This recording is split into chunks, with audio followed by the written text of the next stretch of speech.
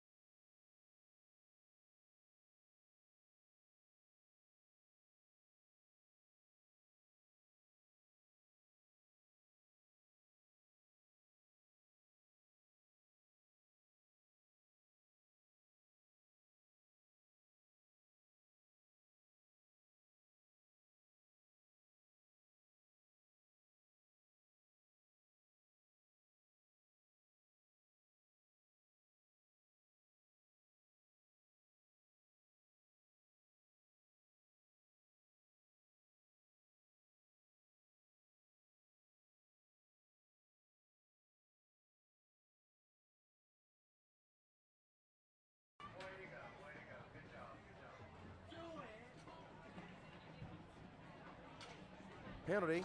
And thank goodness, because Palitz, who drove up the middle there, fumbled the football. But it's going to be, looks like, offsides on Galveston Ball, which will save, that was a free play basically, which will save a fumble.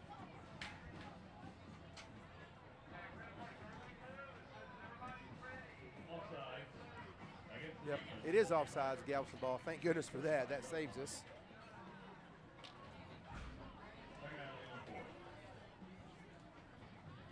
So now it's going to be second and about 9. I'm sorry, I got to enforce the penalty on that, my fault. So it's going to be second and about 4, I should say, from the Mustang 35. Again, just underway here, 9:38 left here in the first quarter. Friendswood in great field position here. Got trips formation on the left side, single receiver up top, Elizondo. Gurdon back to pass. Gurdon, little pass out to Tomko. Tomko's going to be run out of bounds. That'll be enough for a first down, though. Going to get him inside the 30-yard line, right to the 29-yard line. Thanks again, everyone, for tuning into us this evening. Again, patriotic halftime. We got a packed stands on this side. We've got a few people still trailing in from the island. It's hard to leave that island life on a Friday night, but they made the trip up here to the big city of Friendswood this evening. That was a nice check down play by Gardner. Absolutely. Check down to his third option in the flats there, Tomko. Great play by that young man. Yeah, if you missed us early, Gurdon's coming in with about 70% completion percentage, Coach, and that's just a phenomenal rating. But many of his completions are what we just saw, just little short dumps. He makes a smart play, didn't always try to force it in.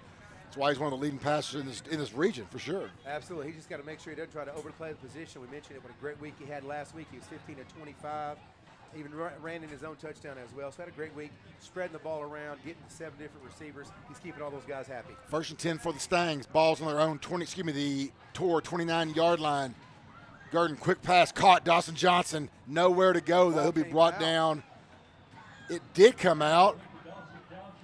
And they said it's a fumble, and it will be the Tornadoes football. I thought he was good down. They ripped the thing out before he hit the ground. And Galveston Ball, big play right there. Just a little quick hit to Dawson by the time he turned around. Now, Coach Cooper's in the field arguing about that one. We'll see if he wins that or not. Can he throw the challenge flag right here?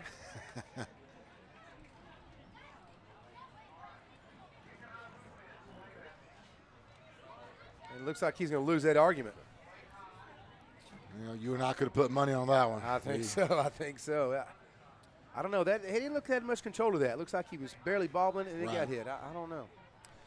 Either way, it will be the Tornadoes football, double formation for the Tors. Handoff going to go to number 22. That is Christian Dalton.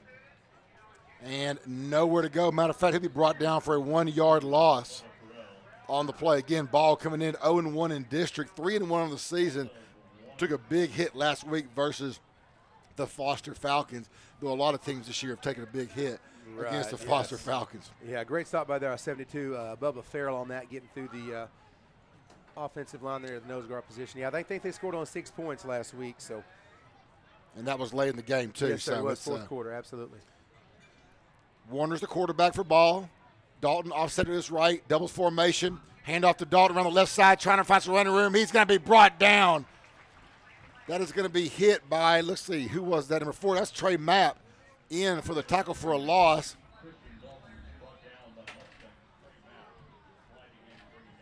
Mapp comes in there and makes the tackle for the loss. Going to bring up a third down now and 12.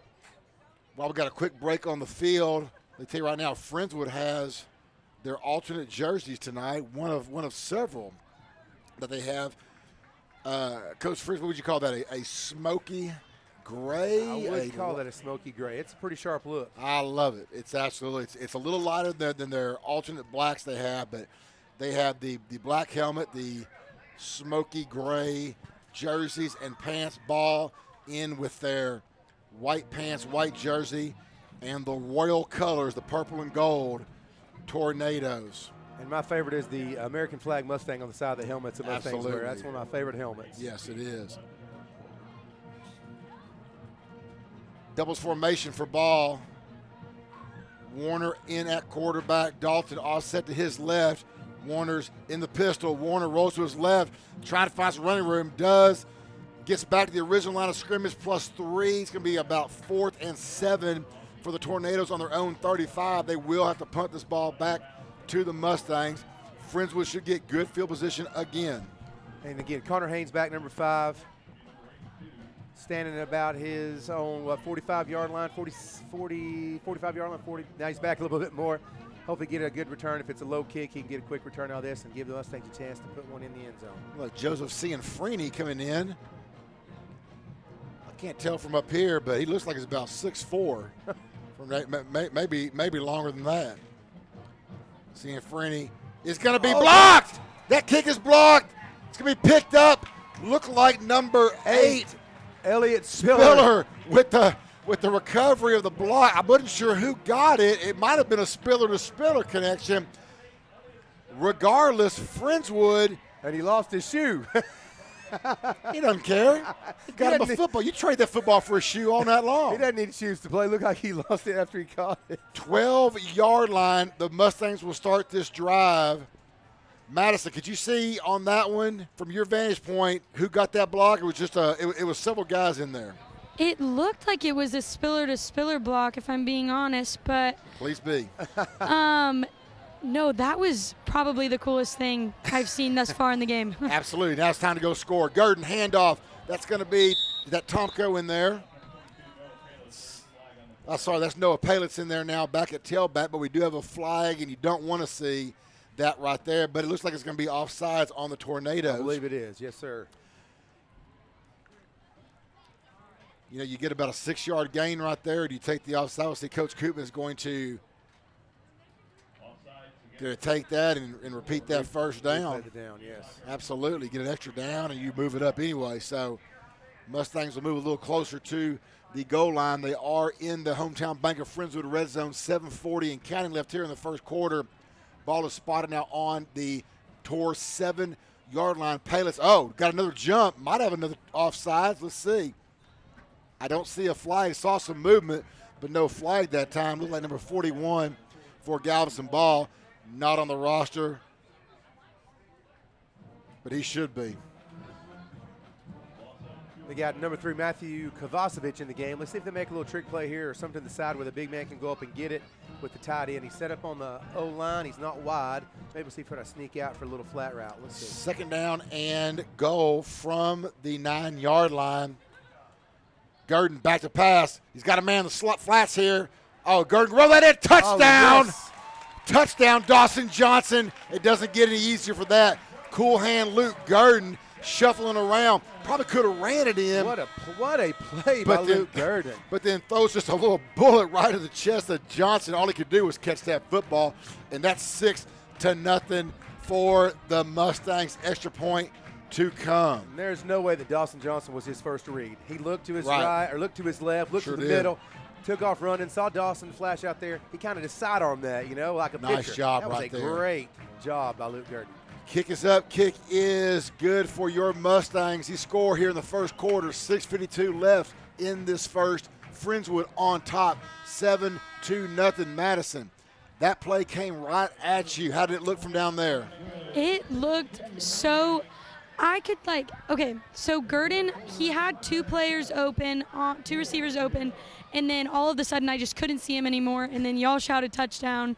So, but I saw them celebrating, and it was great. It was great. Hey, that's a good way to start the game right there. Did the student section enjoy that as well? The student section is still living off that energy from that touchdown. That's outstanding. Well, Madison, thank you so much. Enjoy the view. And that was Madison Boda right there. 6:52 left here in the first quarter. Again, we started the game. Friendswood did kick off to Galveston Ball. A couple big stops. One Friendswood turnover, got it back. Everything, though, goes back to the block kick that Spiller recovers, and then it was easy pickings there for Luke Gurdon. Yeah, those special team plays mean a lot, especially we get into this district play coming up. Those special team plays we can make, interceptions, block punts, things like that are going to add up for us. Kick goes back to the 5, going to be brought back 10, 15. Running all the way back to the 12. He's got some room, 20, 25 is going to be run out of bounds right around the 30-yard line. It's one of those where you run 40 for 12-yard gain, but he got out there.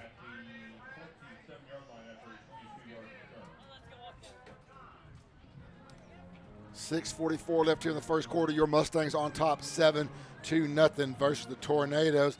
Don't know if Carolyn and Dwayne Lowe are listening from Baytown tonight, but if you are, this is their alma mater, Galveston Ball. Got to love your alma mater, but hope you're a Mustang fan tonight. 6:44 left here in the first quarter. Twin formation to both sides. This has been their formation all night. Just a little double set. Warner back to pass. That ball is complete. Number 2, Nehemiah Noel. He has not gone down yet. Took 9 Mustangs to bring him down. About a 7-yard gain for Noel out to the ball 35-yard line. He took a couple big hits there, a couple shots by Connor Haynes and number 20, Luke Sanchez, but he kept those feet driving. I'm sure he's been taught since he was a young lad playing the game. Second down and 3 now for the Tornadoes.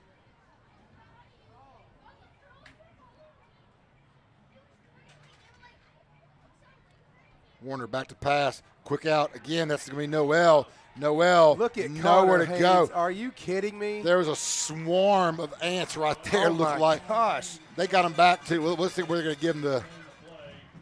They're going to give him the forward progress right to the 28-yard line. So I say forward because that ball was pitched back. It's going to bring up a third down, almost third down and 10. The receiver had come out to block Connor Haynes. They threw a little slant out to the other. They were in double stack, so Connor Haynes blew up the guy trying to block him. Yes, he did. And that guy's blocking him, still grabs the guy with the ball with one hand and makes the tackle. Coach, let's say this real quick about Connor Haynes. What a great season he's had. Absolutely. I think 3 interceptions. Might be leading the district, I think, right now. Yes, sir, he is with a 19.67 average. He's had one 30-yard brought back for a pick 6 a few weeks ago here at home, the friendly confines. Absolutely. He is having a great year. Warner going to do a quarterback caper. Going to get him about 2 yards, bring him a 4th and 7. They will have to punt this thing away to the Mustangs. And again, speaking of Connor Haynes, of course, Connor Haynes also does a great job returning these punts. Anytime Connor gets one, maybe a little bit low, more of a line drive, I think right now I get excited because I think he's fixing to take one to the house. It's a good returnable kick when it's low because we can get it to him fast. He can go before the defense gets a chance to get down there. I mentioned earlier in the show, and I'm not sure if you're on or not, there's a great article in the Chronicle about Connor Haynes, how he's small in stature but big in heart, effort. He's worked hard, great kid. Actually lives next door to my in-laws. So I know him. I coach his brother. Good family, hard-working young man. Proud of him in the year he's having. Here come the Mustangs. Good pressure again. Oh, almost blocked again. My goodness, Galveston Ball's got to fix that. Haynes, 30-yard line, 35, still on his feet, 40. He's going the right direction. Gets across the 50 to the 49-yard line. Coach, we're going to have to do a better job of watching what's going on inside because that's the third punt. 2 of them near blocks. 1 did, led to the first score. Galveston Ball, they got to shore up that offensive line. And, you know, if they don't have to do a better job than that, Friendswood's going to send the house and try to make those blocks. Sure, they're going to send it. Why not? They're going to try to send him on there with Connor back, sheer-handed. I'm going to run out of things to say about him. I'm going to run out of accolades. I just feel like we're going to get another block if they don't fix that. So I kind of hope it continues. 4:14 left here in the first quarter. Friendswood on top, 7-0. Already in ball territory to start this drive. Twin formation to the right, to the left side. Elizondo, solo receiver up top to the right. Official wants to run that clock. He's just saying, let's go.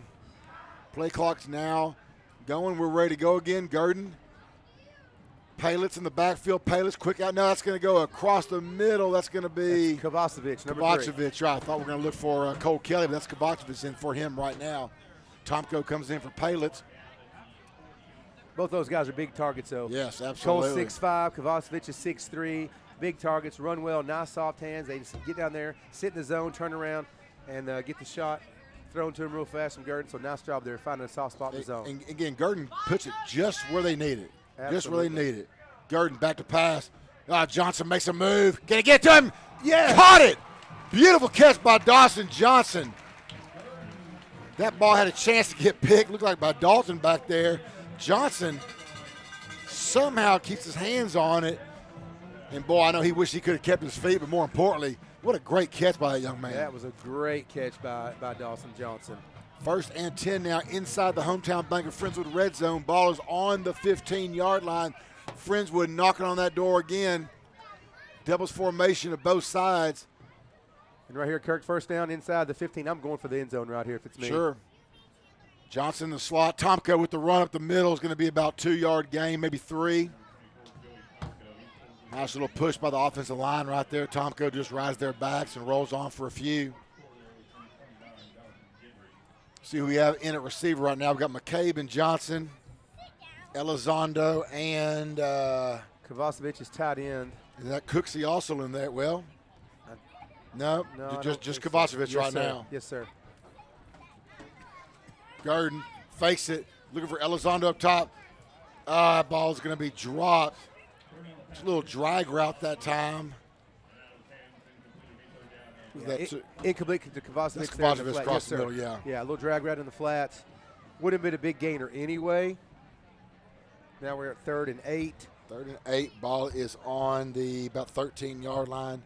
Still can get a first down. Got to get it right inside the 6. 2:37 left here in the first quarter. Your Mustangs on top 7-0. Gurdon back to pass. Got some pressure. Got an easy pass out, though. It's caught at the 7. It's not going to be enough for first. Just needed to turn and go forward. Did not. That was Elizondo. That's a 4th down and 1, and I got to think. We're going for it. You think we're going to go for that one, Kirk, right here? I'm thinking because I see a number 10 sighting, which means Dane Roney's in the game, and I see Map coming in. Absolutely, they're going to go for this here. It's actually 4th and 2. That was a little closer than that, but it's going to be a 4th and 2. Now, we've seen Roney and we've seen Map get the football in this situation. And surely Galveston Ball has scouted this before. Let's see what Mustangs have come up different. Gurdon's going to hand it off to the deep back. That's going to be Paylitz for the 6. Let's just let Roney and let's just let Map get in there and block somebody. They like to hit. I mean, he was 5 yards deep, and I don't know if he was touched going in the end zone right there. I don't think he was. I guarantee you, though, that they've seen those guys come in the game. They've scouted it. They've seen it. They're keying on 10, keying on 14.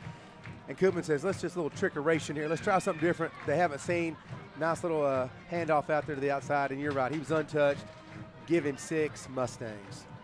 So Payless for the score. Kick is up. Kick is good. 14-0. Lightning strikes twice here in the first quarter for your Mustangs. 1:49 left here. Friendswood in control right now, 14-0. Madison, where you at down there? Was you have a good angle for that run? So I was actually standing literally right in front of where Noah came into the end zone. And he just dived in there, and it was like he was flying. No one was touching him. Yes. He was going to get that touchdown, and it was incredible. Yeah, I tell you, Madison, if you don't already know this, you do have the best seat in the house. You realize that? See, I think that both seats on the field and up where in the press box are pretty great because we get a different variety. So that's true. No, but between you, myself, Coach Fritz, we've got it all handled. We do. We totally do. Well, hey, thanks a lot. Hey, by the way, what's the temperature feeling like out there? Is it cooling down at all? Or still pretty muggy? It's warm, but it's not like unbearable. Good. So, and always is better when you're winning, correct? Never, not nearly as hot when you're winning. No doubt. Friendswood will do the kicking here. The crowd gets riled up. Crowd is getting into it tonight. Ball is kicked back. He's pumped too. Ball goes back in the end zone. That'll be brought back to the 25-yard line for the Tornadoes. You know, and if you've been listening to us all season, one thing that's been a constant for Friendswood has been this defense. I mean, we've given up very few points this year, very few extended drives. And that defensive efforts continue tonight. It is. You know, Friendswood, as far as in their 4 games team defense in the district, they're allowing only 230 yards average per game. That is 3rd best, only 20 yards behind actually Galveston Ball's defense, which is kind of ironic. You got a feeling that's going to change tonight. I feel that's going to change tonight. So the defense is playing well. Again, you mentioned Connor Haynes. He's leading the district in interceptions. He's the only one in the league that actually has a return pick 6. And again, another great coverage right there by guess who? Number 5. There you go. Connor Haynes. Robert Ellis with a quick catch, made the catch, and Haynes again just sucks him up right there. 2nd down and 5. And I tell you, those gray uniforms do look sharp, don't they, Kirk? Makes me jealous. Quick shout out to, once again, my brother, Jason Fritz, listening to us in Kings Island, Georgia. speaking of Georgia, Tennessee plays Georgia tomorrow night, and it's not going to be pretty. So you're saying put your money on Georgia? That's what I would do if I had any money to put on them. That's what I would do. Doubles formation. Ford, good pressure. He's going to go down for the sack. I don't know who to give that one to. Let's see. Ryan Helton. We've got Farrell, and we've got you got a host of them right there. Who else you got in there? 76, and I don't have him on my sheet. I apologize for that. Well, I tell you what, it was a crew of Mustangs right there. As Warner had nowhere to go. I think he was looking for Parrish out of the backfield that time and just couldn't even get a chance to get a breath off. 3rd down and 9 now for the Tornadoes. 38 seconds left here in the first quarter.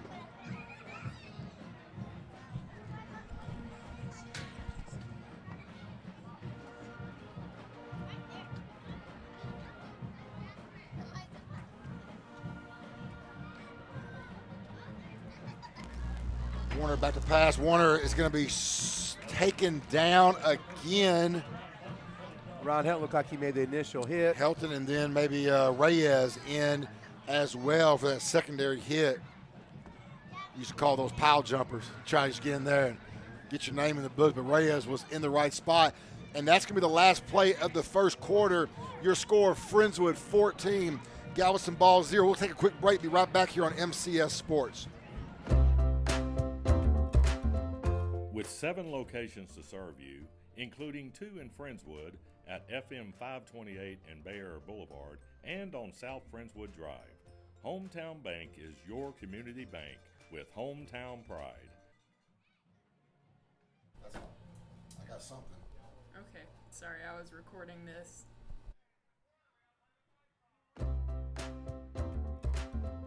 With 7 locations to serve you, including 2 in Friendswood at FM 528 and Bay Area Boulevard and on South Friendswood Drive, Hometown Bank is your community bank with hometown pride. They are locally owned and operated, which means customers come first, and they work hard to make Friendswood a great place to live by sponsoring local events and charities that further serve the community we share. Their personable staff will make you feel at home right from the start. Do you like your bank? You should. Maybe it's time to learn the community bank difference. Visit Hometown Bank on the web at htbna.bank. Member FDIC. And welcome back to Henry Winston Stadium as Galveston Ball, who is that 35? Devin Bolden there. Well, we've got all kinds of stuff going on here. We've got flags. We've got. Let's see what the call is going to be.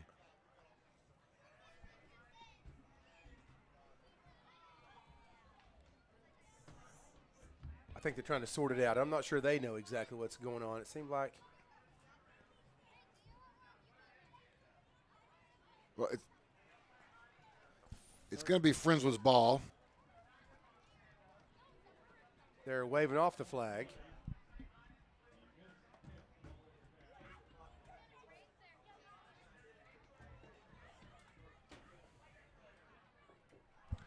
So Friendswood, after all is sorted out, and again we've got the eagle eye in the sky, Bo Miller, in here with us. This is like going to New York on an NFL game. We get the officiating breakdown, and the bottom line for your Mustangs is real simple. They're up 14-0, and that ball's on the 20-yard line, 20 yards away from pay dirt, ready to put this thing slowly again away early in this ball game. 20-yard line, already up 14-0, and Galveston Ball has done 0 on offense this evening. And what is our average starting field position? The 25-yard line? It really has been. We had one to start on the 47. Everything else has been, so let's say about the 30. Yeah, it's been very, very good. Outstanding. Trips formation for your Mustangs up to the left side. Palis offset to Gurdon's right. Palis goes out in the flats. Cole Kelly in at tight end right now for the Mustangs.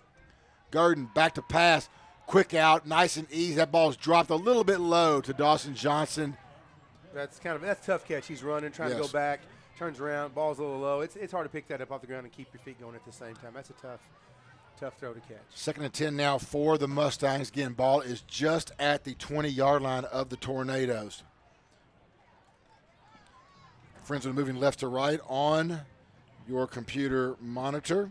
We'll update you on a couple other 10-5A scores here in one moment after this play. Payless again offset to the right. Got a little jumpy from the D-line. Payless handoff up the middle. Gets about 5, maybe 6. No flag that I saw, so it will be a third down and 4. Right now in Alvin, just underway. Shadow Creek already up on top of Texas City, 7-0. And Foster, who Friendswood will travel to next week, is up 21-7 right now on Rosenberg Terry. Again, Friendswood will travel next week to start that murderer's row of Foster, Shadow Creek, and Hightower. Just formation to the right side. Gurdon back to pass. Hits Payless in the flats. Comes back to the 16. Nice move. Oh, he's down to the 13. He need to make one more to get that first down. It's going to bring him about a yard and a half short of that first down. And Friendswood looks to be trying to get maybe a field goal here. There he comes. I saw everybody we needed but a kicker, but Mueller's coming in now. Gurdon stayed on the field. Maybe he wanted to try to convince him he wanted to go for it. Gurdon can punt, Gurdon can do everything else, but he couldn't convince Coach that we're going to do anything more but get a chance for Mueller to give him a field goal here. This will be a 29-yard attempt. The ball is down. The kick is up, and that kick is good. Friendswood now on top, 17-0. Madison, I know you're on the other side of the field. How did things look, though, for you down there? Hello? Oh, yeah, there we are. No, you're good. Things are looking great. There's just so much spirit coming off the team. Like, I can just see their excitement and the cheerleaders and the student section and just, like, everything going on down here. That's great. Well, it looks good up here. The main thing, again, Friendswood on top, 17-0. Well in control. And, again, we'll shoot it down to Madison a few more times during this quarter. And, of course, we'll hear from Coach Koopman at halftime as Madison will grab what's hopefully a positive Coach Koopman. I'd like to say happy, but it's hard. Sometimes in the game, I don't know if you're happy or not. Well, until the game's over and you get the W. Right. Still got to stay focused in the game. You never know what could happen. And smart play right there. I'm sure some of the fans wanted the Friendswood to go for it with it being 4th and 2. Let's just get the 3 points. Let's not kill the momentum. Get the points on the board, and let's just keep moving on. You know, one player we haven't seen this year is Christian Lee, Coach. And Christian Lee talked to Coach Koopman. We'll hear his interview at halftime. They say he's about a week away. Look to see him next week versus Foster, and it can't come at a better time. That'd be a great time to get Christian back. Absolutely. A little return for Galveston Ball. Gets to the 20, and he will go no further as Luke Sanchez. Oh, I'm sorry. Looks like 26 Jack Ehrman said not today, Ehrman sir. says the 20 is where you're going to stop. You will stop here, sir. Wow. That was a nice take his feet out tackle there by Jack. It's always loved about special teams, and I get the safety factor in the NFL. You know, they're trying to make some changes, but nothing gets me more excited than the kickoff. And you got guys who are just trying to earn a spot sometimes out there. And Jack Ehrman definitely trying to get his name in the mix for sure. Beautiful hit. Galveston Ball actually didn't quite make it to the 20. They'll start this drive from their own 19-yard line. Handoff up the middle. That's going to be Parrish. Going to be about a 3-yard gain. And not much right now is working for Galveston Ball. They've tried some design runs by the quarterback. They've just tried some pass out to the flats. That was a run up the gut. So they're trying all areas of the field, trying to make some progress. And right now the Mustang defense is just swarming, and they really can't get anything going. Bring it back 2nd down and 6 now for the Tornadoes. Again, thank y'all for listening out on MCS Sports. Ms. Reinhardt, hope you're listening to us this evening. Look forward to hearing from you. Feel free to chat us up while we're at this game. 2nd down and 6 for the Tornadoes. Moving right to left on your screen. 9:30 left here in the second quarter. Handoff again to Parrish. Going to be about a 3-yard gain. It's going to bring up a 3rd down and 3. And that tackle was 41, Nick About. Again, another young man who's had a great year. We've called his name a lot. He's making some good tackles. He's had several sacks. He's doing great this year as well. Proud of that young man. I know how hard he works. Yeah, About will come in when they go to that 3-4 set, bring that 4th backer in there. You know, they've had a lot of success really with both, Coach. They like to mix it up. Coach Bolden does. That 4-3, that 3-4. I do like seeing that 3-4. I like having that extra linebacker in there with a little bit of speed. And About has just had a masterful season so far this year. Ball in their doubles formation again, 3rd and 3. Warner rolls out to his left. He's going to make that pass. It's caught, incomplete as it's out of bounds. That was number 8, Robert Ellis, on the completion. Makes the catch, didn't get his foot in bounds. But the chains, where are they going? They thought he was in. He was out. The referee was right there. Well, he saw it. The referee made the call right here in front of us. He sure did. He was right on it. Chain gang a little itchy, and the officials bringing them back. Going to reset those chains now, just as we see, and it is now a 4th and 3. Yes, sir. And that's pretty tough play for the quarterback there, Warner, to come around. He's actually rolling out to his left. He's right-handed, got to kind of throw across his body without getting his feet set. The ball was a little high. That's a tough throw. So he did a good job of getting out there just a little bit outside, and it was out of bounds. Well, and of course, easy to say from our vantage point. I think he keeps that one. He probably gets the first down. Right. Let's see if the Mustangs are going to try to come. Kessler's coming on the field a little late. See if they try to come block this one. Looks like they're coming. Why not? Oh, they're only going to bring one this time. Bring one. Little tomfoolery by the Mustangs. Haynes caught 40, 45, got a seam. There he goes, 50, 45, stay on your feet, 40, 35, Boom. Puts his head down. Puts his head into number 82, the punter. And the punter's thinking, I just need to keep kicking. My goodness, Connor Haynes.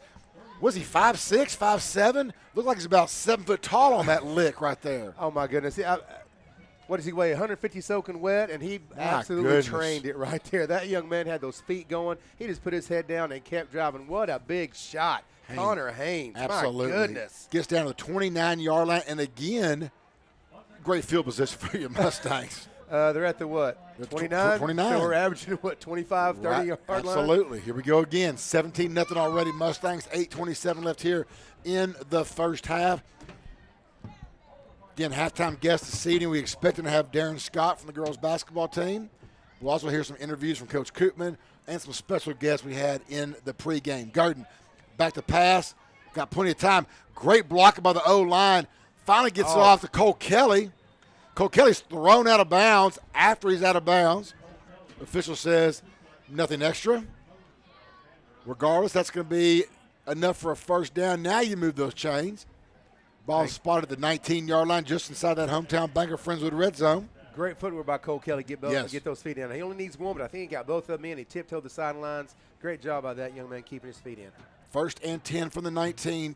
Kovacevic comes in for Cole Kelly. Payless in the backfield, doubles formation for the Mustangs. Gurdon back to pass, quick out to Payless, just over his head. Wow, almost had a pick right there as Payless tipped that ball up. Linebacker wasn't looking though. Just a little out of Payless's reach, brings up a 2nd down and 10 now for the Stangs. And they ran a middle drag route there with Kovacevic, and the linebacker just chucked him, and he went all the way naked down there in the middle of the field. I wonder if they noticed that on the sidelines and called a play this time, maybe get it to him right in the middle of the field. We will see the adjustment here. 2nd and 9. 2nd and 10. Handoff up the middle. Payless now he's going around the right side, trying to find some running room and cannot. Brought down by Christian Dalton. Maybe a half a yard gain on that play. Brings him a 3rd down now, and we're just going to keep it at 10. Clock rolling, 7:55 and counting here in the first half.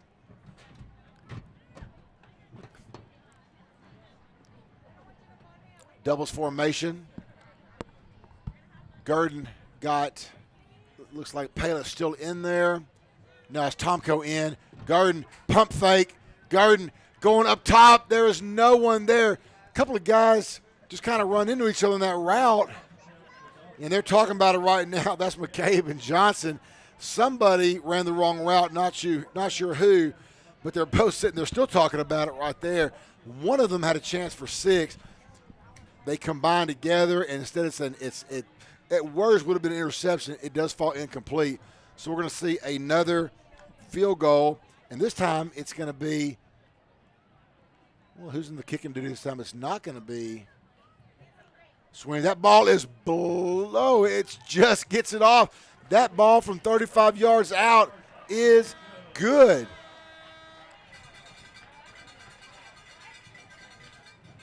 And 7:23 left here in the first half. The score is now 20-0 Friendswood. Madison, how we doing down there? Hello. Hello, Madison. We are doing great down here. I actually saw some pretty cool plays up close and personal. Good. So this actually, I may have been wrong on y'all having the best seat in the house. This one's pretty good. There you go. Maybe now you listen to me. I'm glad you're enjoying it. Madison, are you still down there with? I see you. Who you got down there? Anybody? Well, you still got Erica down there with you. I see. We see you down there. I do have them with me. I was actually just by Mark Griffon. Oh, well. I missed him. I bet he's having a great time this evening as well. He is. He looks like it. Well, how can you complain when you're up 20-0 right now? I don't think there is any complaints coming from the Friendswood side. That's great. Well, we'll come down to you in a little bit, Madison. Again, thank you so much. It is Friendswood 20, Galveston Ball 0. Quick update from the other District 10 5A scores. It is now Shadow Creek.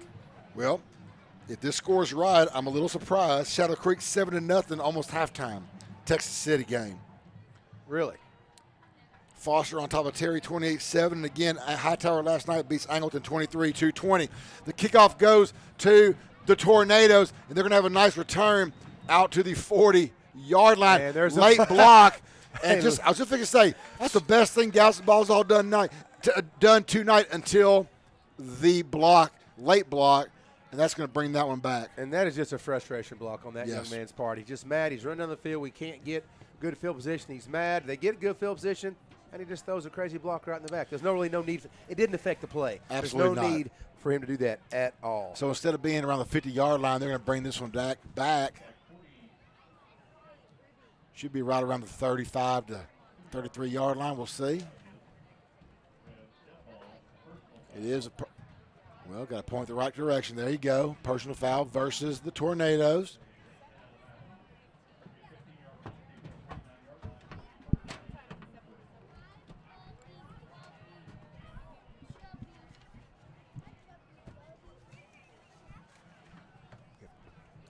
So 7:15 left here in the first half. Score is Friendswood 20, Galveston Ball 0. Well, this is going to go a little further back than I thought. It's going to go down to their own 26-yard line.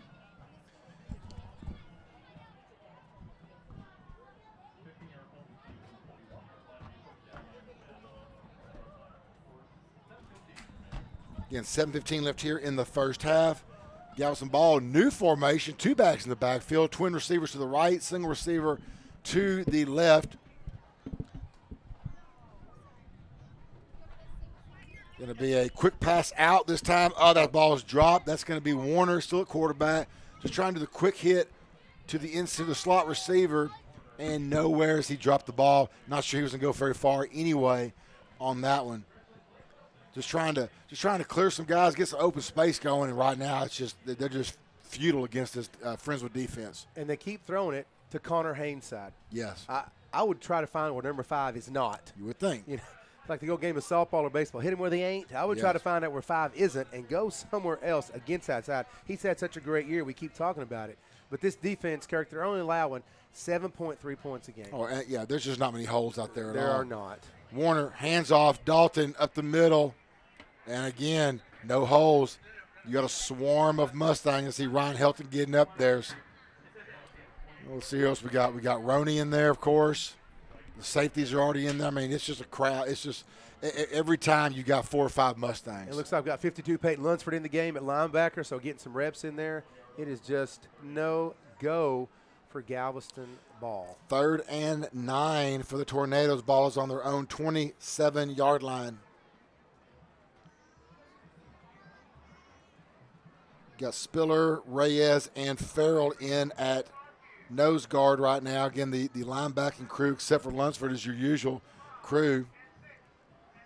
Doubles formation for the Tors. Oh, ball. Quarterback was not ready. Snapped way over his head. He's going to be brought down at his own 5-yard line. My goodness, if you're a Galveston fan, you are not happy right now. Oh, my goodness. That is. I mean, he was just not even looking. I'm not sure what to say about that. When it rains, it pours. I don't know what to tell you. And we're down, they're down 20-0 with less than 6 minutes on the clock. It's 4th and forever. They have to punt it away. We're still going to be probably at the 40-yard line with the ball, with plenty of time to score. And with the fact that you're fixing to put a ton of pressure right here on this punt. They're coming with the house. I'd be amazed if they didn't. Absolutely. I would be amazed. So 4th and about FM 2351 for the Tornadoes. Punter way back there. He's still feeling that hit from Haynes last possession. And we got a little, what are we doing here? Officials blow the whistle. And we're going to try to move it back. Well, we're going to move it back a little further.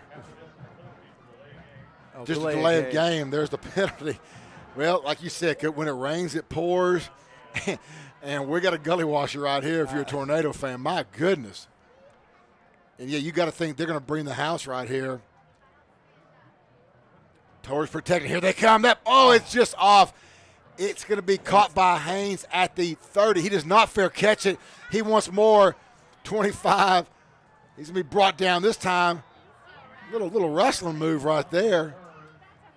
He is brought down, but they're going to get, again, great field position. And Coach Koopman is not happy right here. He does not like that tackle at all. No, he was brought down. Connor Haynes was kind of slammed on his shoulder and his head. Yeah. Kind of WWE style, as they say. Absolutely. We don't really need that right there. That is unnecessary. I know it's football. I get it. But a little unnecessary roughness. He was already down. He was already tackled. No need to take there and kind of flip him up on his side. And Coach Koopman is not happy. No doubt about that. He keeps showing the referee, the head official, right. This is the move. This is what he did. He keeps telling him. I'm sure Connor's going to be okay, but that is kind of a tough tackle. A move like that gets you so separated shoulders and things of that nature. Absolutely. I mean, you hate to see that. In the meantime, Friendswood, about where they've been starting all game, 25-yard line of G-ball. Gurdon, back to pass, going across the middle. It was tipped by 29, the linebacker. Goodness, Jonathan Guidry. Nice. McCabe had the slant route. Nice job that time, though, by Guidry. That's going to bring up a 2nd down and 10 now for the Tornadoes. 4:54 left here in the first half. 20-0 Mustangs. 2nd and 10 again from the Tor 25. It's going to be a handoff right side. Looks like Tomko. Just because of the way he's running. Let me see if I'm right on that. I am. Nope, that's going to be Jared Veach. That's our third. Veach and Tomko run very similar. They do. Their shoulders go down, the head goes down, up the middle they go. And that is Veach. That's going to bring it down to a 3rd and manageable, maybe a 3rd and 4 inside the hometown bank of Friendswood red zone. We're going to take a quick timeout here by the Mustang. We'll take a quick break here on MCS Sports and be right back. Score is Friendswood 20, Galveston Ball 0.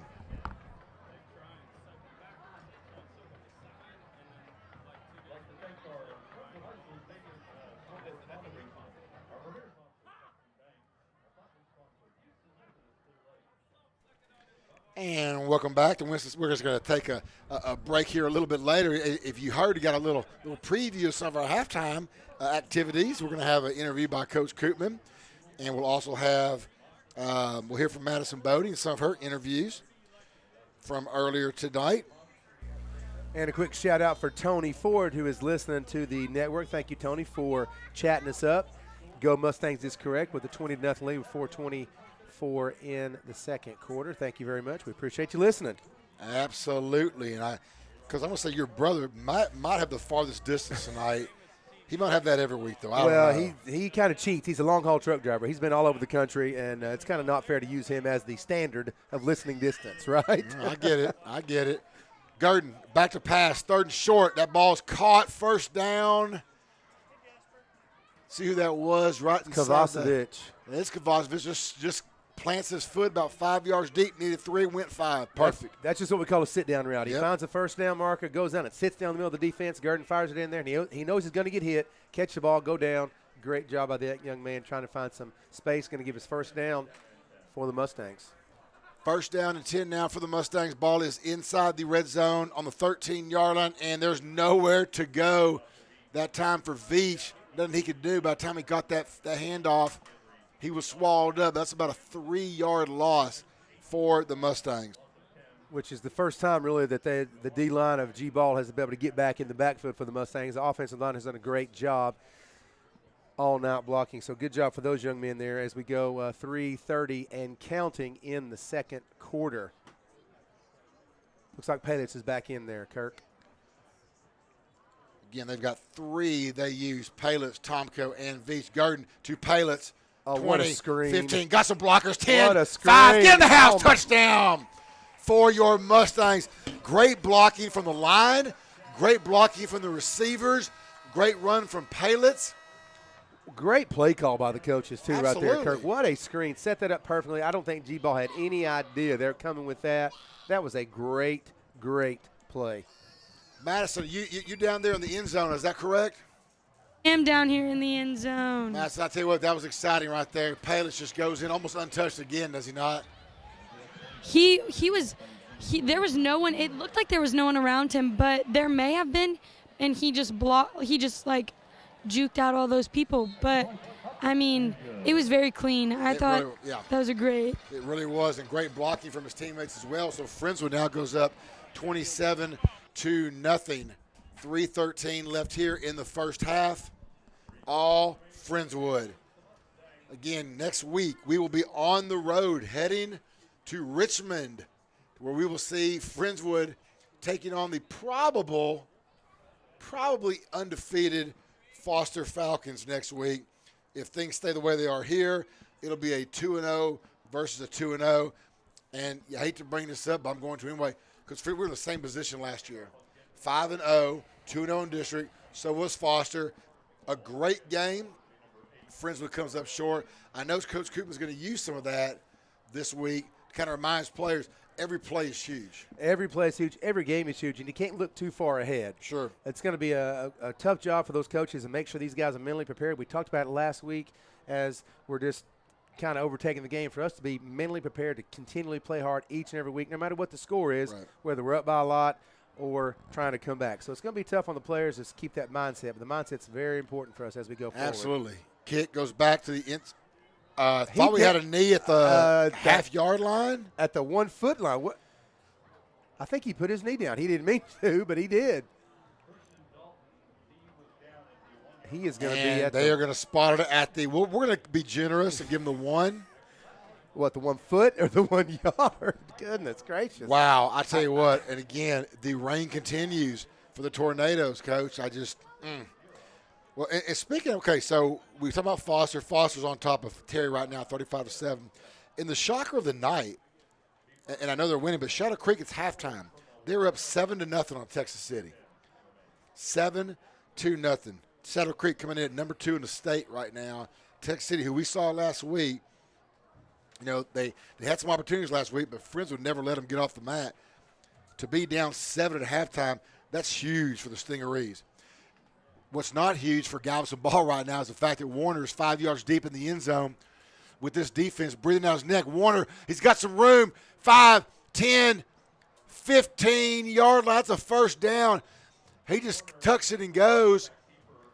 And I'm going to tell you, after watching that play, if I'm a Galveston Ball fan, I probably want to see a little bit more of that Warner running. That was a nice little run by that young man. Absolutely. Got some good blocking on the outside by the receivers and just made some extra yards and a couple guys miss. And that's pretty much what you have to do in a situation like that. You don't want to send him back to pass. No, you just have to run for something to try to get some positive yardage. 2:47 and counting here until the half. 1st and 10 now from the 20-yard line. A little bit of breathing room. Trips formation to the right side. Single receiver to the left. Warner, Dalton offset to Warner's left. Galveston Ball moving right to left. Warner back to pass. Got a man caught. About a 4-yard gain. That's going to be Noel. He's going to squeeze for maybe 2 more. I'll give him 3. 2nd down and 3 now for the Tornadoes. And for Galveston Ball, I don't have the stats in front of me right now. We'll give them at halftime, but I don't think they've had a first. If not, well, they had just that one run. One run. Was, I think, the first down of the game. They probably have more penalties. Yes, more penalty yard. Yeah, unfortunately. That's just a killer. When you get a good play, you get 10 or 15 yards, you get a 15-yard penalty, it backs you up. It's demoralizing. It just really hurts you mentally. 1:55 and counting. Doubles formation again. This one we've seen most of the game from the Tornadoes. Warner back to pass. Got a man in the flash. That's caught. But he's going to be brought down immediately. Bryant Wade. Big play by number 16. We've been talking about Connor Haynes on the other edge. Bryant Wade solidifies this side as well with a big tackle there. Number 16, great play, young man. Well, now, I mean, you go away from Haynes. Wade says, don't forget about me. You can't sleep on Bryant Wade. Absolutely. And you don't want to go across the middle with that linebacking crew and those safeties back there. So it's tough sledding for Galveston Ball for sure. 1:37 left here in the first half. It will be a 3rd and 2. And did the Mustangs use a timeout right there, or was that Galveston Ball with the timeout? It was Friendswood. Friendswood's got 2 left, trying to get maybe one more chance for a score here before this half. And again, the way that special teams game's been going tonight for them, why not? You know, you've already got one block, get a chance to get it. With the way Haynes has been returning that football tonight too. Again, I think it's a good opportunity for the Mustangs to get one more shot. And you got a quarterback like Gurdon, let's be honest. He doesn't need much time. He does not need much time. And speaking of time, looking at the stats from last week versus Texas City, time of possession, Texas City 28-56. Friendswood, 17 minutes. That's all the Friendswood Mustangs had. Only I would have lost that bet. 9 first downs for Friendswood, 11 for Texas City. Pretty much the stats do not show indicative of what this final score was of 31-7. Just quick scores. Just quick scores, absolutely. 3rd and 2 now for the Tornadoes. Trips formation. Got to bump that safety over, and they do. Warner back to pass. Got some pressure. Dropped for the loss. Is that Roney? That is Dane Roney. Where'd he come from? My goodness. Out of a rocket, it looked like coming across there and make the sack. Goodness gracious. As strong as he is, his arms, he gets hold of you, you're not getting out of that. Wow. Great job by Dane Roney. That's exactly what Coach Koopman wanted to see. It's going to bring up a 4th down and 12 now for the Mustangs. 1:32. They use their second timeout. Now going to get a chance to get even better field position out of this, as Ball will kick the ball from the own, probably about the 10-yard line where the punter will get this thing off from. Got to imagine Haynes will be setting up shop right about the 50 again. And plenty of time at 1:32 for the Friendswood Mustangs to try to get another score. If not a score, they can at least get not a touchdown, they can at least get a field goal and really blow this thing open as if it's not kind of already. Well, at halftime, there's our MCS logo up there on the scoreboard. I got a little sidetracked there. A little teary-eyed. At halftime, we're going to hear Madison get some Coach Koopman speak on his way out. What should be a positive Coach Koopman with 1:32 left here and an opportunity to get one more score. He'll find something to work on in the locker room. Oh, any coach would. You know it. Punter's back on his own 2 right now. Kick will go from his 6. That's returnable. Haynes. He's not going to be able to get that. It's going to take a bounce. It's going to roll at the Friendswood 47-yard line. And a flag comes in. And I think it's another hit against Galveston Ball. It's a block in the back, maybe. It can't be a block in the back. They didn't have the ball. Trevon Turner. There's 2 flags. I think there's 2 penalties. I think they're both the same thing.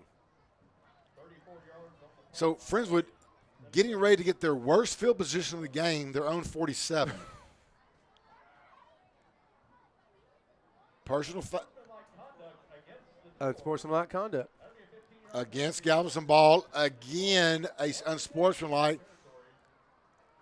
And so instead of Friendswood starting in their own territory, they will start still maybe one of the worst field positions at the Galveston Ball 37-yard line. They're 37 yards away from putting 34 on the board here in the first half.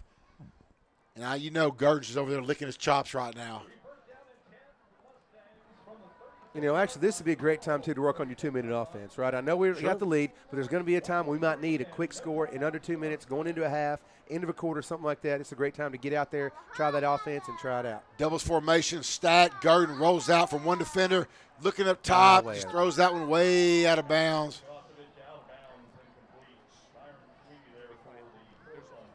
Got a future fan there. A future broadcaster right there as well. I think we've got about 20 years that we're good. He's like it's about 3 or 4 years of age, whatever. Great job, just a little kid. Great job. Great fan support here tonight from all comers. Again, the student section, loud and proud tonight. Home side almost filled. Gurdon Back to pass. Got a man that is caught, and he is going to stay in bounds. Is that Cooksey? That is Cooksey, yes, sir. Number 7. Reed Cooksey, nice job of just planting his feet, staying in bounds. And what does Gurdon have back there? He can throw in some microwave popcorn as much time as he's got there in the backfield. They've done a great job. The O-line has done a phenomenal job. He has maybe been pressured or hurried 3 times all game long. He's got all day to survey the field, gone to his 3rd check down several times, as we mentioned earlier. He's done a great job because that line is really helping out. Trips formation, got a little pressure this time. He rolls out of it. Oh, now he's got time. He's going to look for Cooksey in the end zone. Oh, it's incomplete. A lot of traffic over there. Somehow that ball found its way to Cooksey and just couldn't. Too many hands in his face. Well, again, Gurdon's having to improvise. The offensive line continues to block. Sean McHenry, 74, comes back and buys a little more time. After the initial block, he comes back and blocks again, gives Gurdon some time. And Gurdon just surveying the field, trying to make something happen with right at a minute to go here in the half. 1 minute exactly. It's going to be 2nd and 10. Ball is on the 26-yard line of the Tornadoes. Friendswood up 27-0. Gurdon looking for it. Oh, that ball is caught for a touchdown. Dawson Johnson climbs the stair steps to get that football. Just had to make sure he held on. I should have known better.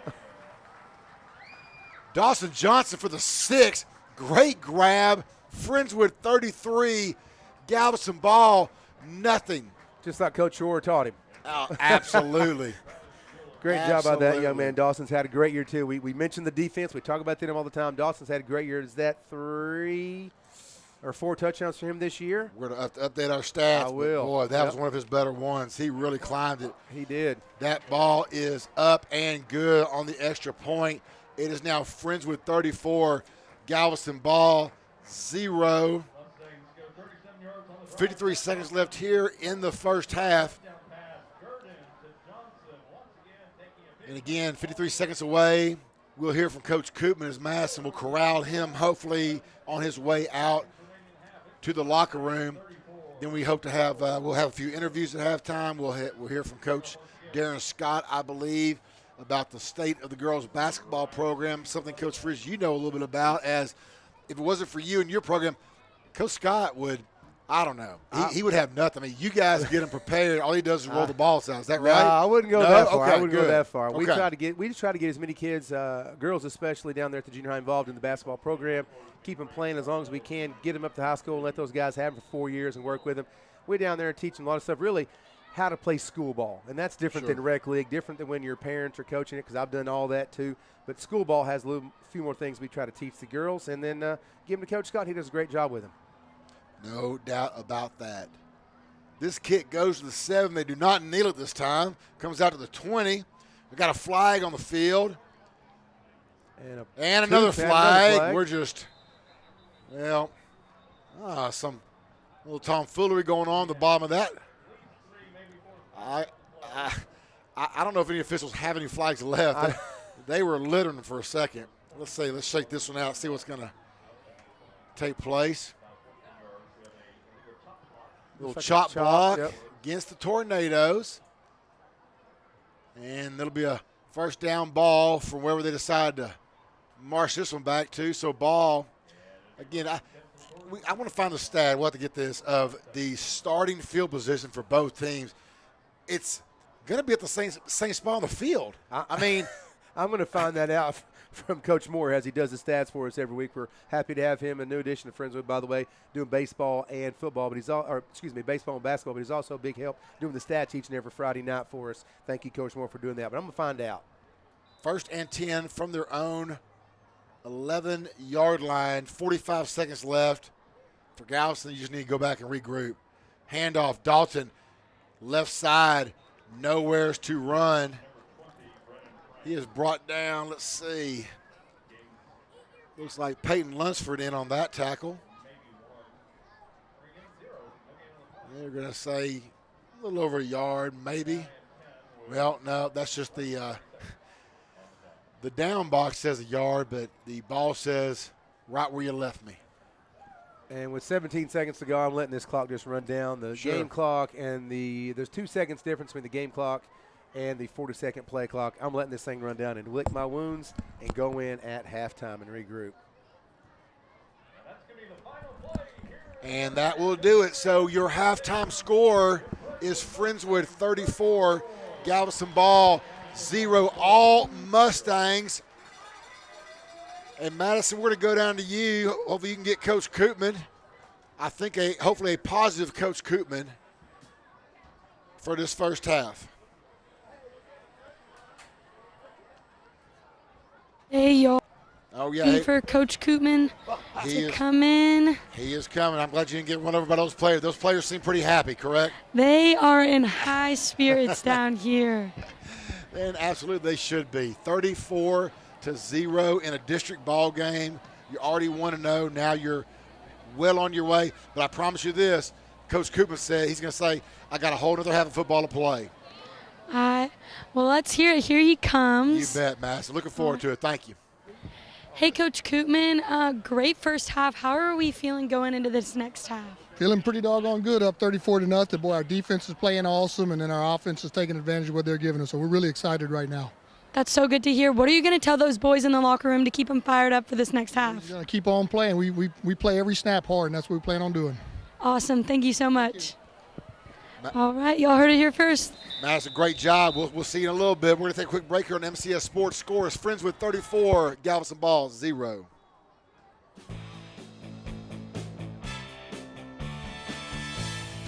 Did you know that FISD offers after-school and evening programs for children, students, and adults? After-school classes are available at all elementary and intermediate campuses. Classes like soccer, puppet making, Little Vet School, Cooking for Kids, Spanish, Family and Me Dance Party, Marathon and 5K running programs, and many more are available. We have classes for kids as young as 3 years old. Sign up now by visiting the Community Ed website.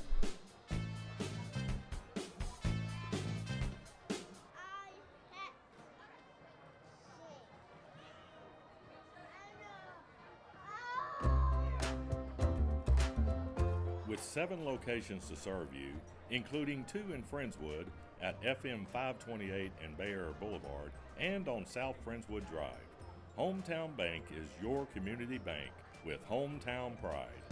They are locally owned and operated, which means customers come first, and they work hard to make Friendswood a great place to live by sponsoring local events and charities that further serve the community we share. Their personable staff will make you feel at home right from the start. Do you like your bank? You should. Maybe it's time to learn the community bank difference. Visit Hometown Bank on the web at htbna.bank. Member FDIC.